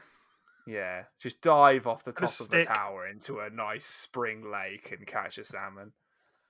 Can't wait. It's gonna be so. It's very fucking similar. good, dude. Exactly. Yeah, it's gonna be very, very similar. Bass fishing Gollum edition. And that's like that. Like more than anything else here. Like I've like gone off superhero stuff a little bit in the last 5 years. I was like really into it when everything was in the cinema. Hello, I just said cinema. Cinema. In the cinema. I got one day someone's going to put like a compilation together of all of the times I've just my brain has just stopped connecting to my mouth, and it's going to be horrible. Yeah, and then what was the last one called? Endgame happened, and I was happy with that. That was great. And I just since then everything's obviously been split up, and I just like I can't like follow it anymore, so I like lose interest. So as much as I'm like into it, I'm not like this is a must buy for me anymore. I would love someone to just like do something with Lord of the Rings more often. I'm so glad we got Middle Earth, Shadow of War, and Shadow of Mordor, because I loved those games. But like, man, it's just such a rich universe. Even non-canon, like I don't need it to be canon. Like, just use that universe to make something, But Yep. yeah, anyway, there is so much you could do with it. Okay, so at some point in that conversation, I said Activision Blizzard, so I'm going to pretend this is a really good tangent, but it was voted by shareholders this week in favour of the acquisition when more than 98% of the shareholders voted for approval of the acquisition. So the next step for this is obviously the regulatory process, and this is following like a lot of drama on Twitter this week, because Jason Schreier posted from Bloomberg an article that said Wall Street are betting against this acquisition. They're like betting that this falls through. Okay. And then in response to that, this happened, and some people have been like, "Oh, Jason, you're so stupid." But like, I mean, I'm going to be honest, guys. I know there are some people out there who like really have beef with Jason, but like, I don't think he was saying that this wouldn't happen. He was just reporting that Wall Street are making certain bets and are hedging their bets on certain things. Like, I don't know, people got like very personal about this stuff, and it's like he wasn't like saying that this is going to be a total fact. He was just anyway. So like since then, a couple of other like big investors have now like counter like are investing in the fact that the acquisition will go through. Sorry, I don't know the terminology well enough to actually put a coherent sentence together. So, and then people have been like double down and been like, oh, see, look how wrong you were, Jason, because like all these big investors and hedge funders are now like putting shares and like upping their stakes in Microsoft. But overall, the consensus and the impression seems to be, and Hoag's Law got involved in this as well, who's a really good YouTuber on video game and acquisition and merger like knowledge. Everybody and him seem to agree that this is still looking favorable for Xbox because otherwise Activision Blizzard is going to tank. But the flip side is that at the moment there is a big there's a lot of fear around big tech, and Elon Musk just acquired Twitter. So, like this like high profile stuff is like scaring a lot of regulatory boards. So this is going to be the biggest thing, the regulatory process. I don't think anybody was really in doubt that people weren't. This is the best deal Activision Blizzard is ever going to get. Exactly. Yeah. We knew it'd get to this point, I think. Yeah. Totally. So that's the next. I think this is going to be the real big hurdle, make or break. And, I'm going to be like, after all of this, I'm going to be really disappointed if this doesn't happen, simply because I've like given so much of my time and energy and like, we've started speaking about it on the show. Like, we've dedicated time to like Overwatch. Yeah. Well, what we're going to do is just like pull down those podcast episodes after. Yeah, Jesus. Edit them out. So embarrassed. Yeah. Oh God. But like, also there is that thing as well. Like, you start to get excited about the possibility of like certain things being on. I'm not excited that people aren't going to get to play certain games, but I am excited that stuff will be double supported on my platform, double supported on Games Pass, etc., etc. And like the one thing that I have seen from this acquisition that really excites me, I guess there's a few, but the big thing is that survival IP that Blizzard are working on. That loads of insiders and reporters have said everyone in Blizzard is really excited about this game. And I'm like, if this is like a 6-person like Blizzard survival new IP, like fantasy world onto Games Pass exclusive, like that to me is going to be like a big deal. So sure. You start getting so anyway. So we'll have to see how it goes as per, but regulatory process is the next step. There's a new Warcraft mobile game being revealed on May the 3rd. Supposedly Blizzard have a couple of mobile games, Warcraft related mobile games in the works, supposedly, but this is one of them. So, whatever, I guess it's mobile stuff. But I guess the only thing that should be perking your ears and my ears is the fact that if there ever is a mobile game that we did get into, it was also made by Blizzard, and that's Hearthstone. That's true. That is true. Yes. And that's in the Warcraft universe as well. So don't know what this is. What some current trends in the mobile space at the moment? Like, do you know? Like, is Clash of Clans still big? I think Clash of Clans is still big. Yeah. I really don't know. I've never dipped into the mobile gaming market apart from Hearthstone. Like, I've just I don't know, man. Like match 3 is like the most popular game genre like on the planet. Which, it's like Candy Crush. It's just like match 3, the same fucking thing, and click it. Like, I don't know how, but it is. Imagine if it's just like match the Murloc. You just like smack it. Tell you what, I'd be kind of into it. Especially if it makes those sort of noises. This is somebody who hasn't played enough Warcraft games. Also, that'd be kind of, because those are the sort of games you play when you're on the toilet, and I'm not going to lie, if someone was in the stall next to me and was hearing those kind of noises, like knocking, like, you okay? Yeah. Bro, you good in there? Everything all right? Yeah. Yeah. You sound ill. Yeah, so we'll have to see, but I don't care about mobile stuff for the most part. No.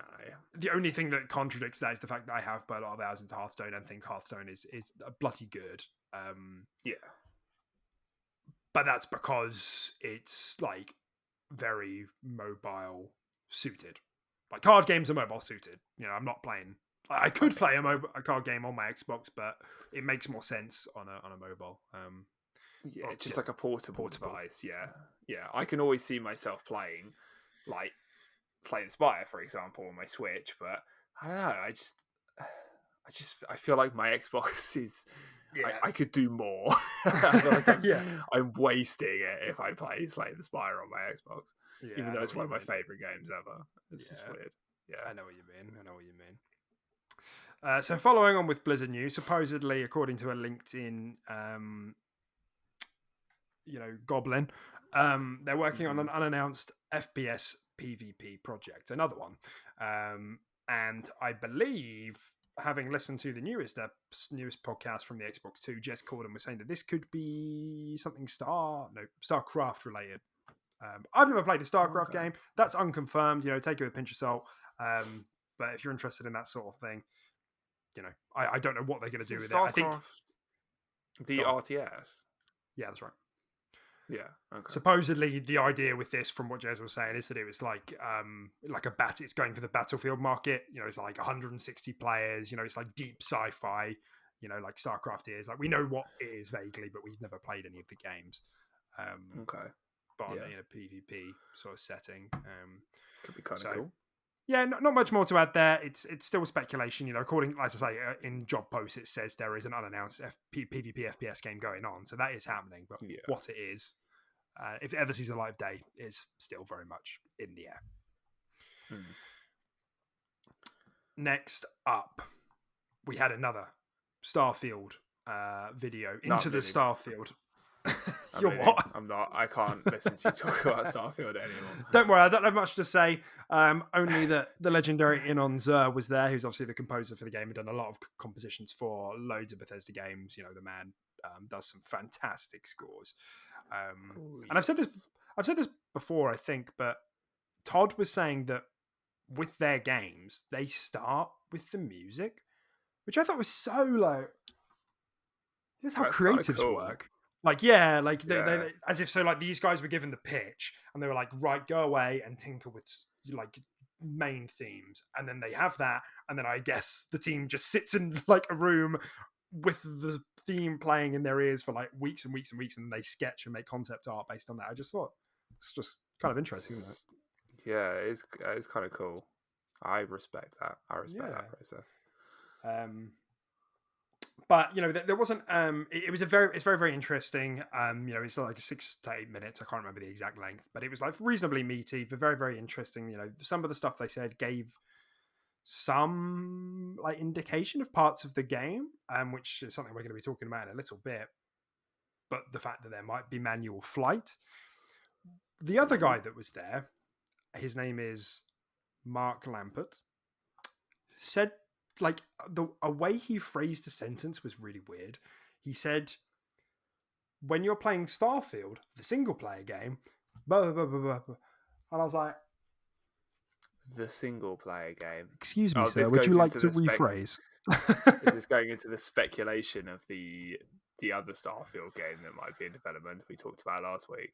I don't know, because like that you'll see, like, this all kind of ties into like what we're going to be talking about after this. But like, I haven't seen many people talk about this, and it might have just been like, the way it was edited, or that it might mean nothing, but it just seemed like a bit odd to phrase a sentence. He might have just had like a list of like key buzzwords that he needed to drop in the interview. Yeah, that's right. Yeah, he's like, Starfield, the single player game, November. Says like, very good buzzwords. Yeah, aliens, space.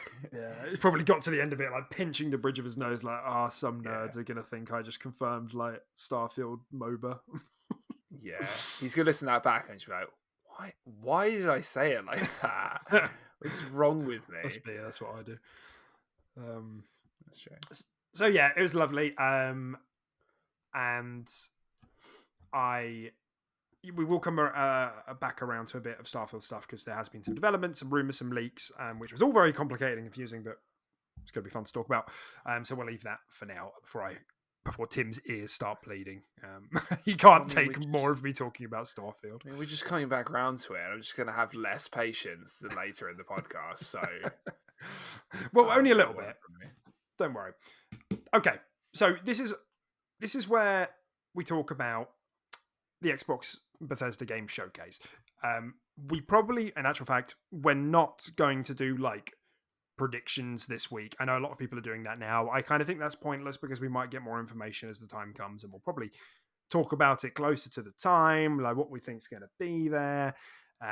So we're not going to do that today, but obviously, yay, Xbox said something.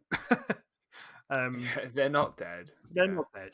Philip is not dead, and they announced it for June the 12th, which was like last year was like June 13th. So, like, he's like exactly the same. Yeah.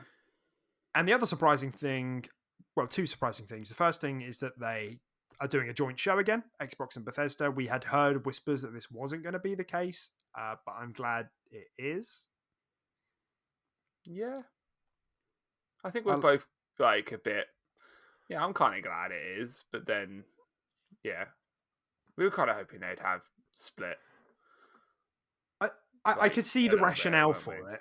Yeah, I could see the rationale for it, but I do like them being under the same umbrella. Like, I do like that. Obviously, I don't want them to do it for the sake of doing it and rush through so many games.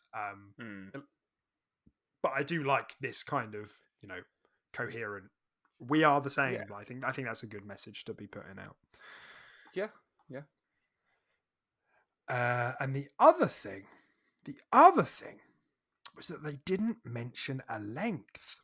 Usually, well, last year they said it's going to be 90 minutes of, looking at CGI trailers. It's going to be dank. Yeah.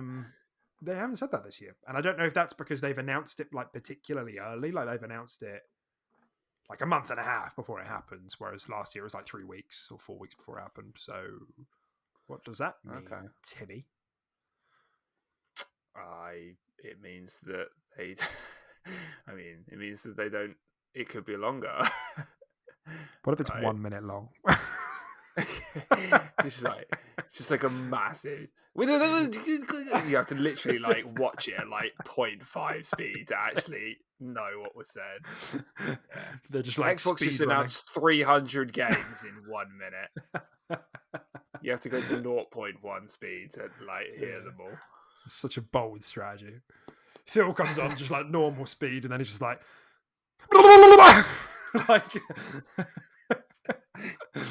Jesus, Phil. Oh God, get off the Adderall. Yeah. Anyway, so yeah, I mean, I guess it could be just. It's just you could be longer, right? I don't know what you want me to say. Well, I mean, the or point it could is be shorter. Well, good stuff. Yeah, no, the point is that. Is this too early? The question is it too early that they don't know? Or is it because it's going to be more than expected? Is it going to break the status quo? Mate, we both could know be it's longer. going to be more than it could more be than shorter. Expected. Could be the same. Yeah. Subscribe. You don't hear it anywhere else. What do you think how do you think it's going to be this year? Could be better. Could be worse. Could be the same. That's me, mate. Sitting on the fence. That's what I do. Up. Yeah, it's good. No.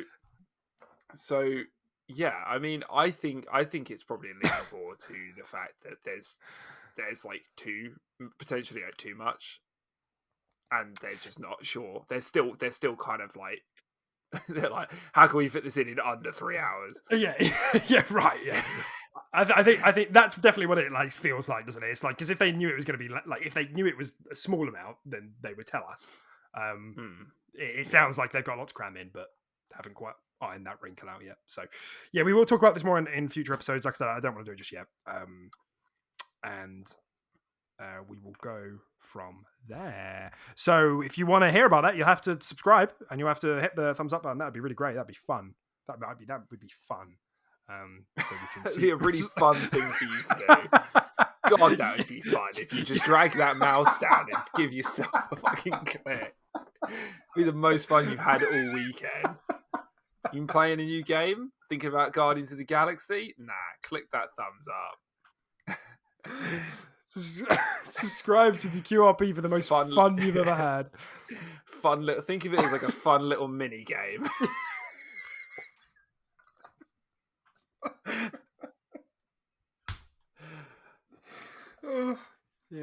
Yeah, okay. Ooh. Okay. Yeah, so seriously, thumbs up if you haven't already. Okay.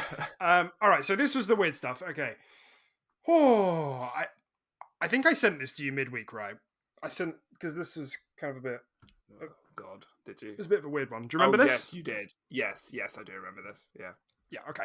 So, I know everybody and their mum's going to have spoken about this already this week. And I'm going to say the same thing. Like right now, Scalzi has had like mixed to like good track record. Like, you know, they aren't themselves an insider. They just have information from people at Bethesda. Not just Bethesda, but like other places as well. Like they just hear stuff, you know, like all people do who have sources. That's just how it works. So before anybody like gets mad or like, you know, whatever, it's how these things work. You know, don't get pissy because these things aren't definitive. You know, grain of salt, handful of salt, bucket full of salt. Yeah, all of the salt. So what they said, what Scalzi said this week, it's kind of set the internet on fire a little bit. At least the Xbox community, particularly around Bethesda. They said what they've heard is that there is a PvE game in development at Roundhouse that may surprise you. They later clarified that they're hearing that this game is a Marvel IP. And this, I revisited some of the older news. We may have even touched on it like ages and ages ago, but apparently on some of the LinkedIn boards, it does say that they're working on a PvE game based on a popular comic book IP. So I suppose this isn't immensely unsurprising that it's a Marvel IP, but I don't know how that works. Anyway, we'll come back. We'll review this in its like totality when I get to the end of it. The Elder Scrolls 6 is set in Hammerfell, which again, not immensely surprising because Bethesda have been doing a lot of teasing about where it's going to be. There was some teasing in the Starfield trailer about this as well last year. Mm-hmm. The Elder Scrolls 6 will have a political system. It will have betrayals, marriage, and factions that matter. There apparently won't be any dragons in the Elder Scrolls 6, presumably because of its location in Hammerfell. Yeah. And apparently it's in full dev, early stages, so i.e. further along than we all thought, with a target release of 25 to 26, which, to be honest, is still earlier than I thought. Quite a bit earlier than I thought. Then they've got Bethesda Game Studios, Austin and Montreal, working on Spy Team. We spoke about Spy Team a few episodes ago. One of our most viewed ones, actually. It's kind of weird. Guess I got that thumbnail, that clickbait just right. There's a Mandalorian MMO at ZeniMax Online, this is obviously contradiction, clashing information from what we spoke about last week of like a possibility of like a Starfield MMO going on at ZeniMax. So someone's wrong here. There's a Quake reboot in talks, allegedly. The Elder Scrolls and Fallout remasters being considered, spoken about happening via In Exile. Xbox are shifting resources to assist Bethesda with massive workloads, and the Elder Scrolls potentially have a 4X strategy game going on, which we spoke about a few, like maybe 6 episodes ago now. It's called Project Wormwood. Someone else has reported on this already, the guys over at Xbox Era. So, okay. Take a deep breath. What the fuck? What the fuck? What do you think? I mean, where do you want to start? Well, I guess, I suppose, because what has since happened... No, that's good, actually. Because what has since happened is that this has got entangled with some other shit that happened with a ex-Bethesda dev talking on Reset Era about Starfield. And they were like, the engine's a piece of crap. Game looks pretty cool. Flight feels like shit. So they were giving away details. And everyone was like, dude, what are you doing? You're breaking NDA. And they were like, nah. Like, I left last week. And everyone was like, yeah, you probably shouldn't do this. And everyone was like, you can't be real with this because, like, this would be dumb to be, like, doing this. Like, some people are going to come after you. And they were like, nah. Yeah. So everyone was like, this is fake. This has got to be fake. Then Jason Schreier chimed in and said, yeah, no, I can verify that they're who they're saying they are. I can't verify what they're saying, but I can verify that they are who they say they are, which is ex-Bethesda employee, finished working there like a month ago. Yeah. And then their account got nuked off the website. All comments gone, history gone, account gone. So they've been assassinated by Todd, is the takeaway. Oh my God. They've been shot into the Starfield. They've been to his address, her address. Are they actually still living? Or do we Dude, just I not don't talk know. about this? No, I don't want to talk about the details. Like, I don't want to be an accomplice. You know what I mean? So, um, and in the same post that Jason Schreier said, he also spoke about what Skulls he said, because it's all intertwined.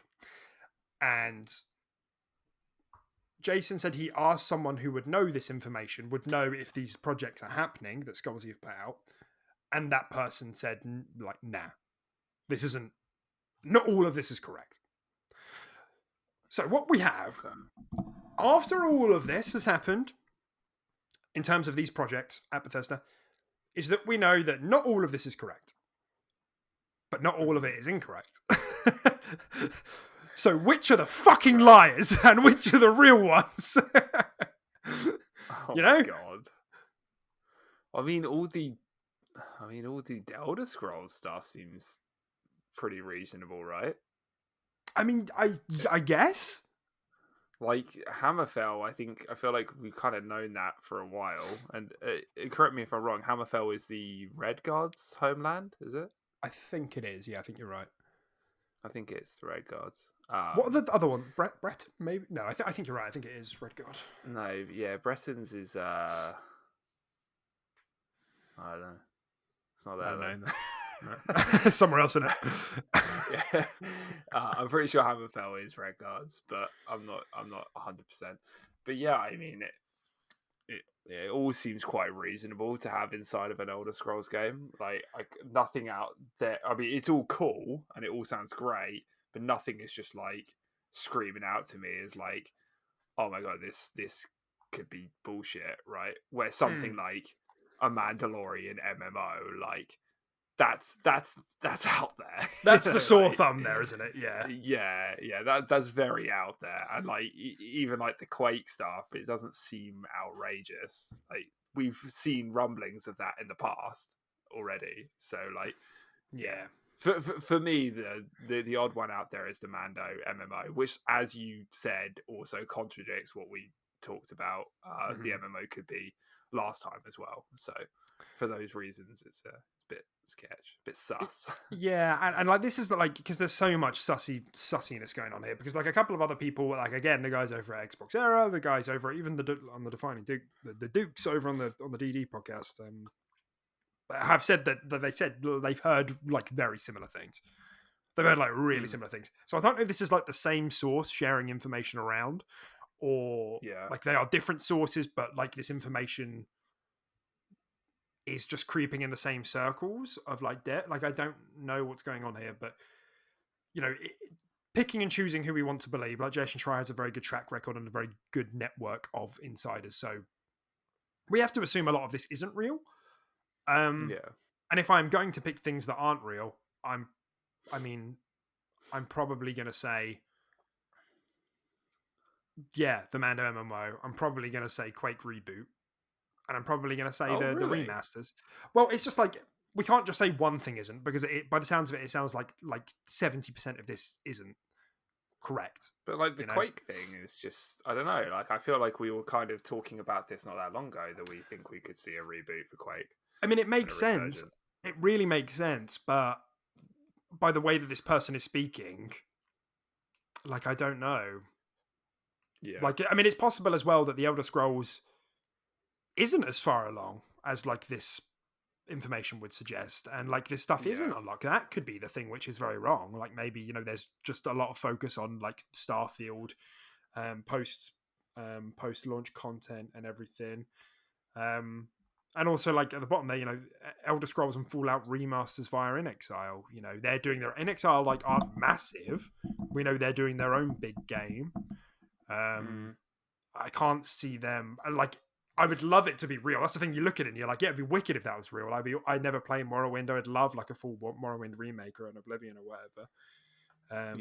Yeah. But I don't. Well, if I'm going to pick something that I don't think is right, it's probably that. You know, Spy Team. We've heard about it a few times now. We don't know what that is, so it's hard to like verify. Oh, that's right or wrong. So you know, whatever. So Bucket Yeah. of salt. Okay. Yeah. I would probably agree with those three you handpicked there. And yeah, yeah, I agree. Yeah, yeah. And it is sad because now I'm like, you get excited just to like, disengage again. The idea of when you read Mando MMOs ZeniMax Online, you're like, what drugs are you taking? Yeah. But then you think about it a bit more, and you're like, maybe it's not like MMO. Maybe it's like Destiny. Maybe it's like MMO light. Like console kind of MMO kind of. Yeah. And then you think, oh, what if it's like create your own like bounty hunter? Create your own like bounty hunter in the Star Wars universe. And you go out and you go and That'd be get sick. like go out and get loot, and you're not playing as Jedi's for once, and you do like missions where like Jedi's are the bosses at the end, or Sith. And you go and explore this like wider Yeah. universe where it's actually not actually that much to do with the Force and Jedi's, but just like the rest. You start to think, oh, actually, Just like ooh, deadly creatures and shit. yeah, Almost that's like right. taking some like Witcher vibes as well and stuff like Yeah, yeah. that. Yeah. And you Could be start to kinda think, cool. oh, hang on a minute. Yeah, this could be quite tasty. So then you start thinking about that, and you're like, oh, but maybe this is actually just a load of horseshit, and should stop dreaming. But yeah, so I think a lot of these things here are like that, but it got us all talking. It got us all talking for a couple of days. Yeah, exactly. Yeah. Okay. So we will see how this kind of pans out. But how this kind of ties back into the Starfield. So I'm sorry. There's not much here to go over. But It's fine. like I said, the guy who was chatting away on Reset Era, the guy who got nuked and has like vanished off the face of the earth, he is just like openly talking about what he had seen and what he'd been testing. And he had said that he essentially confirmed that manual flight is in Starfield. That was like the big takeaway. He said that the engine, they're using the Creation Engine 2.0, is really difficult to work with. He said that there is manual flight in the game, yeah, which was like the biggest takeaway. He said that he doesn't feel that the flight feels very good at the moment, but that he's never been a fan of any Bethesda game studio games. He says like never really liked Skyrim or Fallout, so it's like hard to know because there's always been like a bit of jankiness, I think, with BGS games. He said the shooting feels all right. And I think, in actual fact, I think I've got a summary of it from our own Twitter account, which you should probably go and follow if you want wicked scoops like this. It'd be pretty fun to hit that follow button. That would be fun. That would be so fun. Just think of it like a hit marker. It makes like a hit mark like as you hit it. Yeah. Like you could do the intervention sound in your head. Yeah. And they also said that they feel that the game and lighting is looking good. Like it's looking very good. Not Horizon Forbidden West level, but it's looking good. To be expected. We've said that on the show before. I don't think this game is going to hit Horizon Forbidden West level. Whether that's due to the scope or simply because Bethesda Game Studios just don't have the same focus or expertise on resolution. I don't know what it is, but they've never been lookers. To be honest, I hope that Starfield is a step in that direction, but I'm not expecting it to like suddenly, like miraculously hit those sort of levels. Like Forbidden West is like an insane looking game, hyper detailed. I don't think Bethesda and think graphics. I think like storytelling and world building and stuff like systems. That. Yeah, exactly. So I guess with all of this information, Timothy. Like I said, biggest takeaway here, I feel, but obviously there is other stuff there. Shooting feels all right, flying feels terrible. That manual flight is in the game, which for a lot of people is like a big confirmation because, we have a lot of big sci-fi space operas that don't have flight. Your ship is a static kind of base of operations, and then you just like load to different planets. Like Outer Worlds. Outer Worlds, and there's Mass Effect, and there's Jedi Fallen Order. Like all of these games have similar sort of thing. So I'm interested to hear like what you think. Like, is this good for you? Does this bode well, or is this bad? Like, because this is more like now No Man's Sky kind of direction. Yeah, I think it's kind of cool considering I don't know. I kind of have seen Starfield as like this sort of like hybrid RPG, like space exploration kind of game. Yeah. So I think it's kind of cool to just sort of have confirmed manual flight in there, because I think that would have taken. I mean, I kind of just assumed it almost in my head, because I think if it didn't have it, I think that would take away from this image I've conjured in my brain Yeah, yeah. of what the game could be. So I'm kind of happy it's there, and hopefully it doesn't feel shit, like you said. Yeah. Hopefully that it feels good. Yeah, and I made a tweet about this as well, which got a fair bit of attention, about kind of I think why people were worried that it wouldn't be in the game for the reasons I just said, that a lot of big space games actually don't tend to do that. I know Starfield has seen. I say this like it's definitive and we know fuck all, but like it's the angle seems to be that it's more of like an exploration. Like the exploration is like an angle that they want to take. Same with all Bethesda Game Studios games, but BGS Studios haven't done vehicles before, so that's like another like trepidation. BGS That's games true. tend to be very big without the use of vehicles, so one that has space and a ship would make this fucking huge. And this user as well did say that the game currently has like an overabundant, like so much content in it, and they're currently looking to trim the fat a little bit. So I'm Okay. expecting this to be like another Elden Ring, like game keeps going. Yeah, I could see that definitely. Hopefully the quality supports that quantity. And it's really weird that I'm really glad to hear that they said that the shooting feels all right. Like, I'm glad they didn't say it Yeah, felt bad.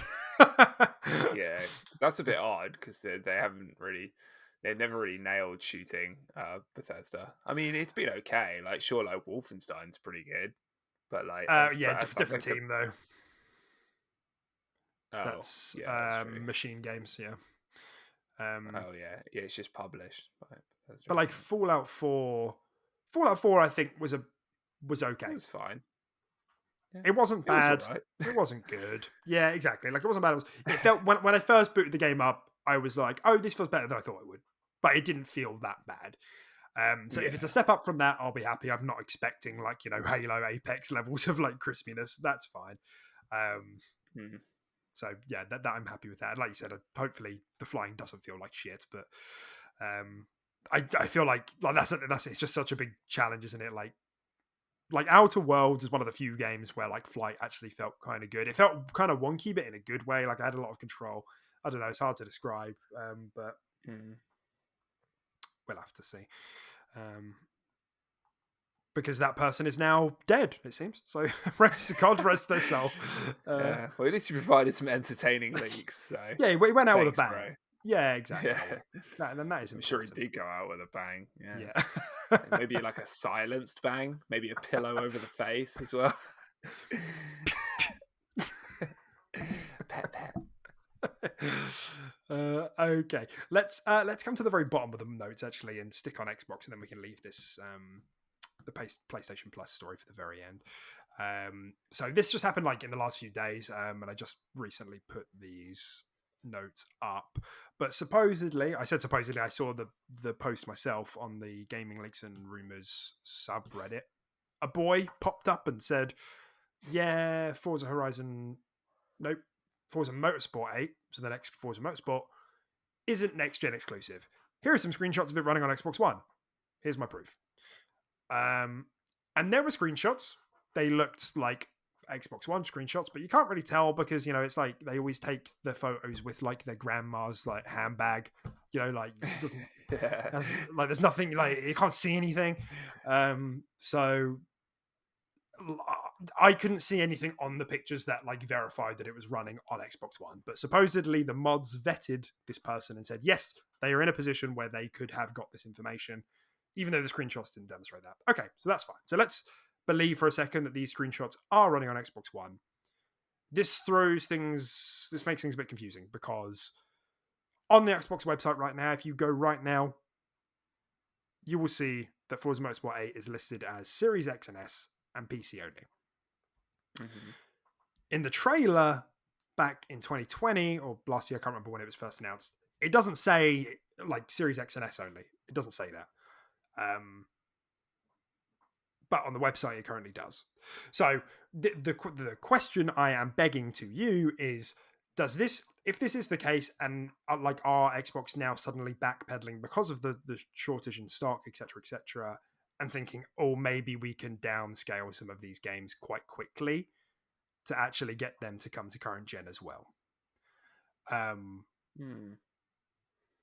Because to me, but there's a very small little alarm bell going off in my head that's like, if the next time we see Avowed and they say that's coming to current gen, I'm going to be sad. Or like Starfield, like I doubt Starfield they're going to do that because it's been in development as a next gen title for so long. Yeah. And it's been screamed at the clouds that it's next gen only. Right. Like, literally on stage, Philly, like Spence and Todd Howard have been like, it's next gen only. So Yeah, it's just like, it's a bit different than like a sneaky little trailer. Like, right. Yeah. So there is just that thought of like Avowed, Redfall. Are some of these like, is there a chance that they could be rolling these back? And I'm feeling reasonably confident that the answer will be no. But if this is real and this does happen and we see it again and they're like, oh, it's cross-gen, I'm going to be raising an eyebrow. Yeah, same.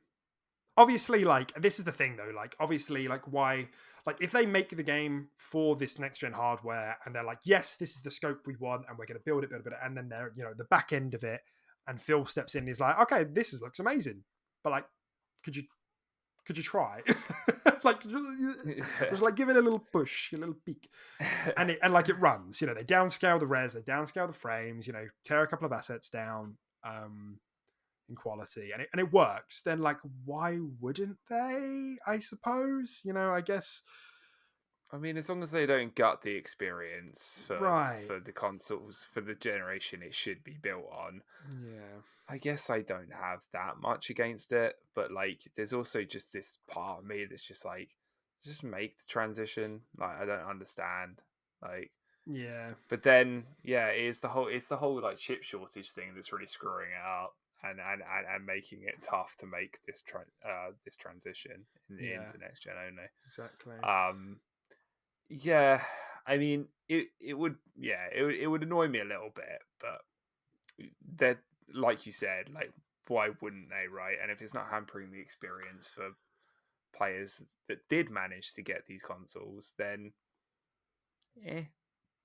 Yeah, that's how I feel. It's like, but I guess one of my bigger worries is that we get like a Cyberpunk sort of situation where they're like, they really try to force a downgrade, and as a result, the game runs like really poorly, and the game, what would otherwise have been a well-received, like very popular game, is now getting a lot of negative PR because, well, look, there are like 40 million people with Xbox Ones and it barely runs, and it's like, oh, well, yeah, exactly. I'm not experiencing that.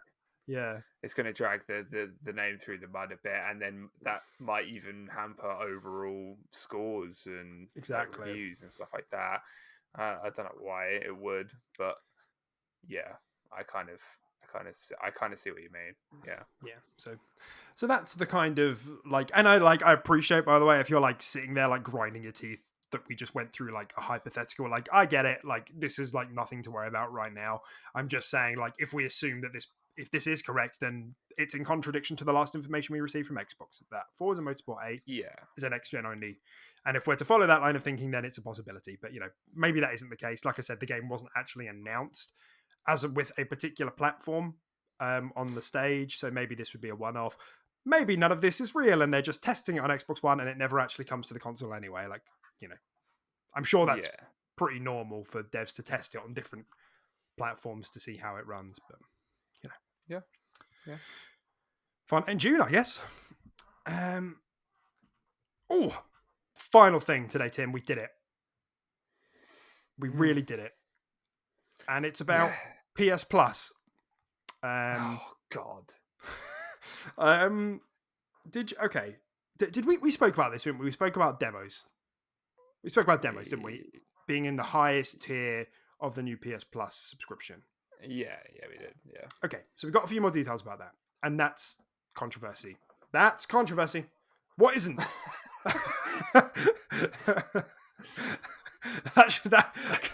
I kind of want to make that our intro, actually. That's controversy. What is it?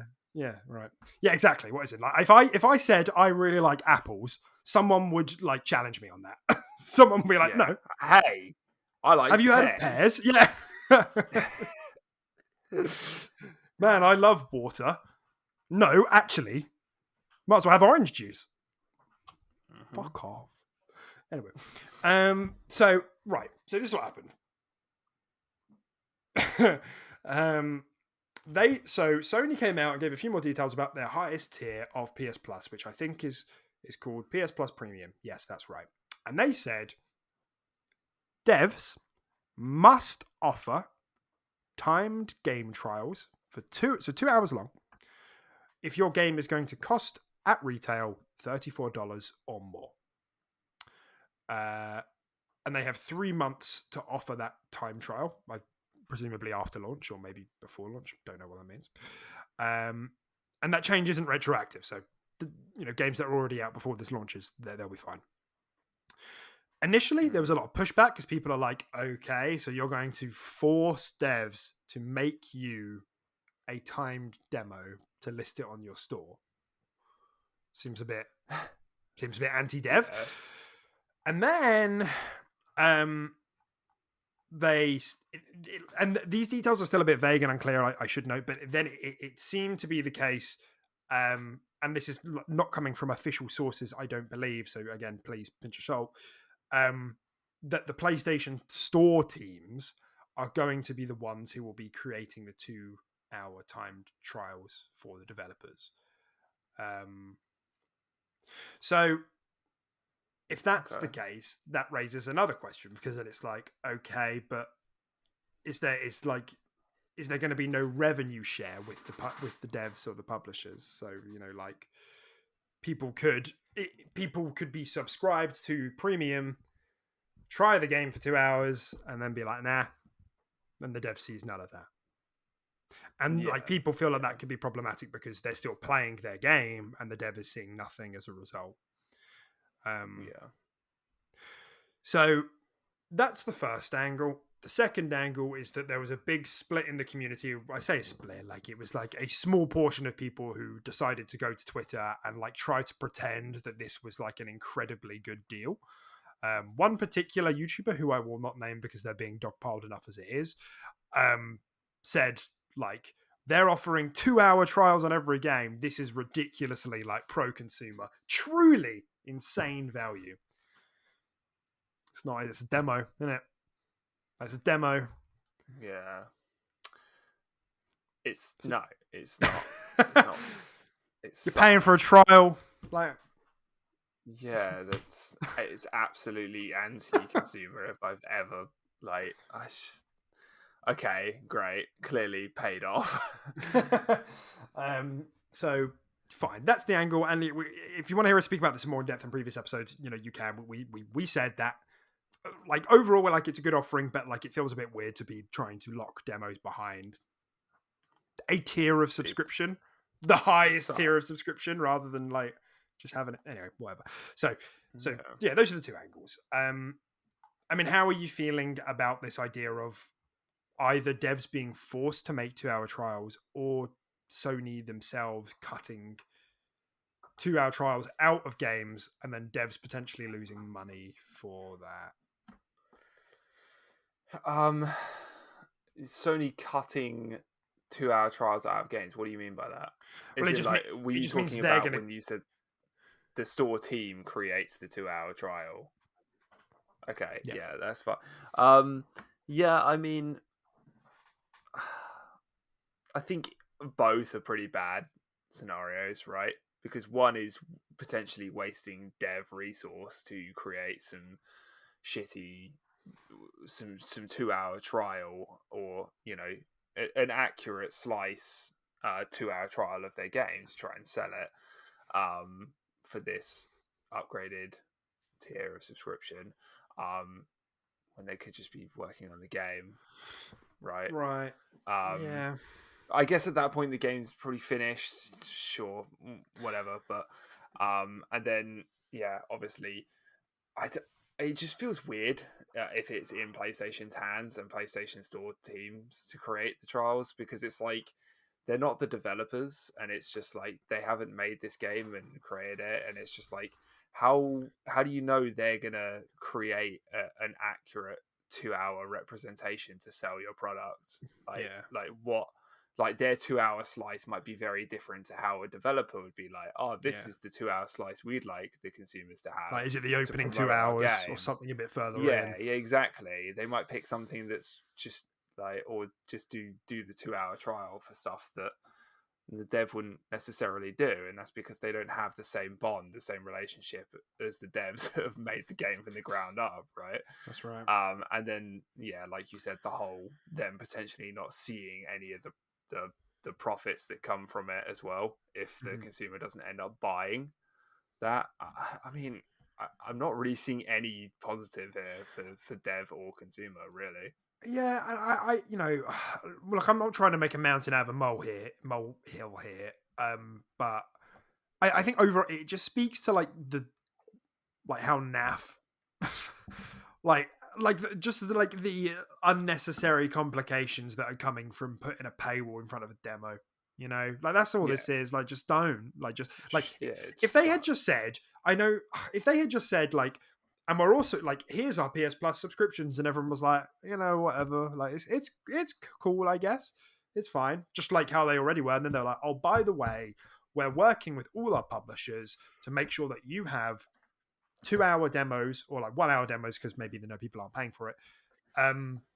With all of these games, as many games as we can possibly do, and the devs are going to do like, because then we wouldn't have this controversy. But if the devs, if Sony were just like, yep, we've spun up a team to help make demos and trials for like as many games as we can, that would be like a really good PR boost alongside their PS Plus. But because they're like gatekeeping it behind a paywall, it just creates so many complications like this that just could have been avoided. Yeah, that definitely is the core of all the issues, 100%. And it's just unnecessary. It just seems greedy, doesn't it? And it also just seems like a tack on. It just seems like something they just threw in for like exactly, the highest tier subscription, just to sweeten the deal. And it's just like, just remove it, or just don't do it. It just seems like an extra thing they threw in because they thought it might justify this final tier. And it just,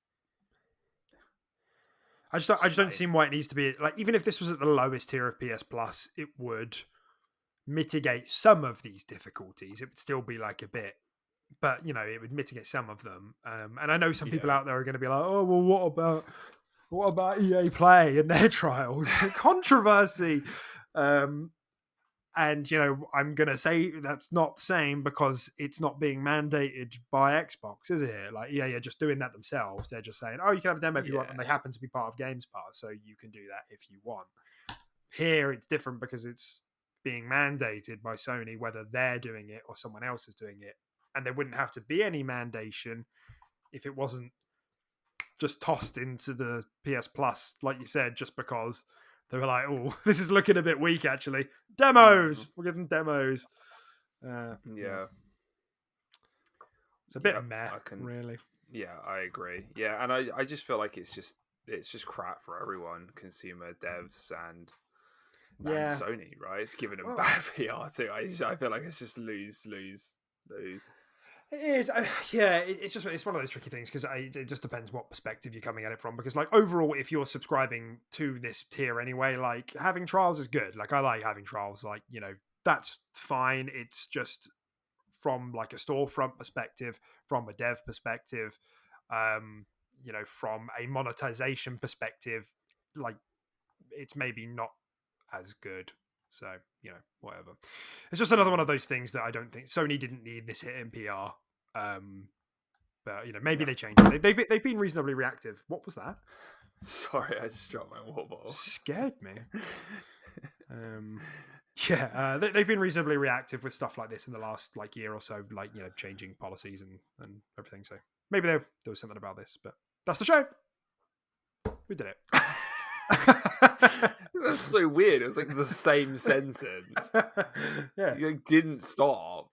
Yeah, it's just a bad PR. That's the show. Yeah, well, I'm just on the lookout for you. You know, I'm trying to wrap this up for you. For So, me, yeah. I'm in the same time zone as you. No, but you're busy boy. You're busy boy. You see, Show's over. there's this really fun trick if you don't know, where if you say something and somebody doesn't say anything back, you just get closer to the microphone and you say it again, and then it's actually better that time. It's somewhat more endearing. Yeah. Yeah. So, for example, thanks for coming, everyone. See you next week. Thanks for coming to the show, everyone. We'll see you next week.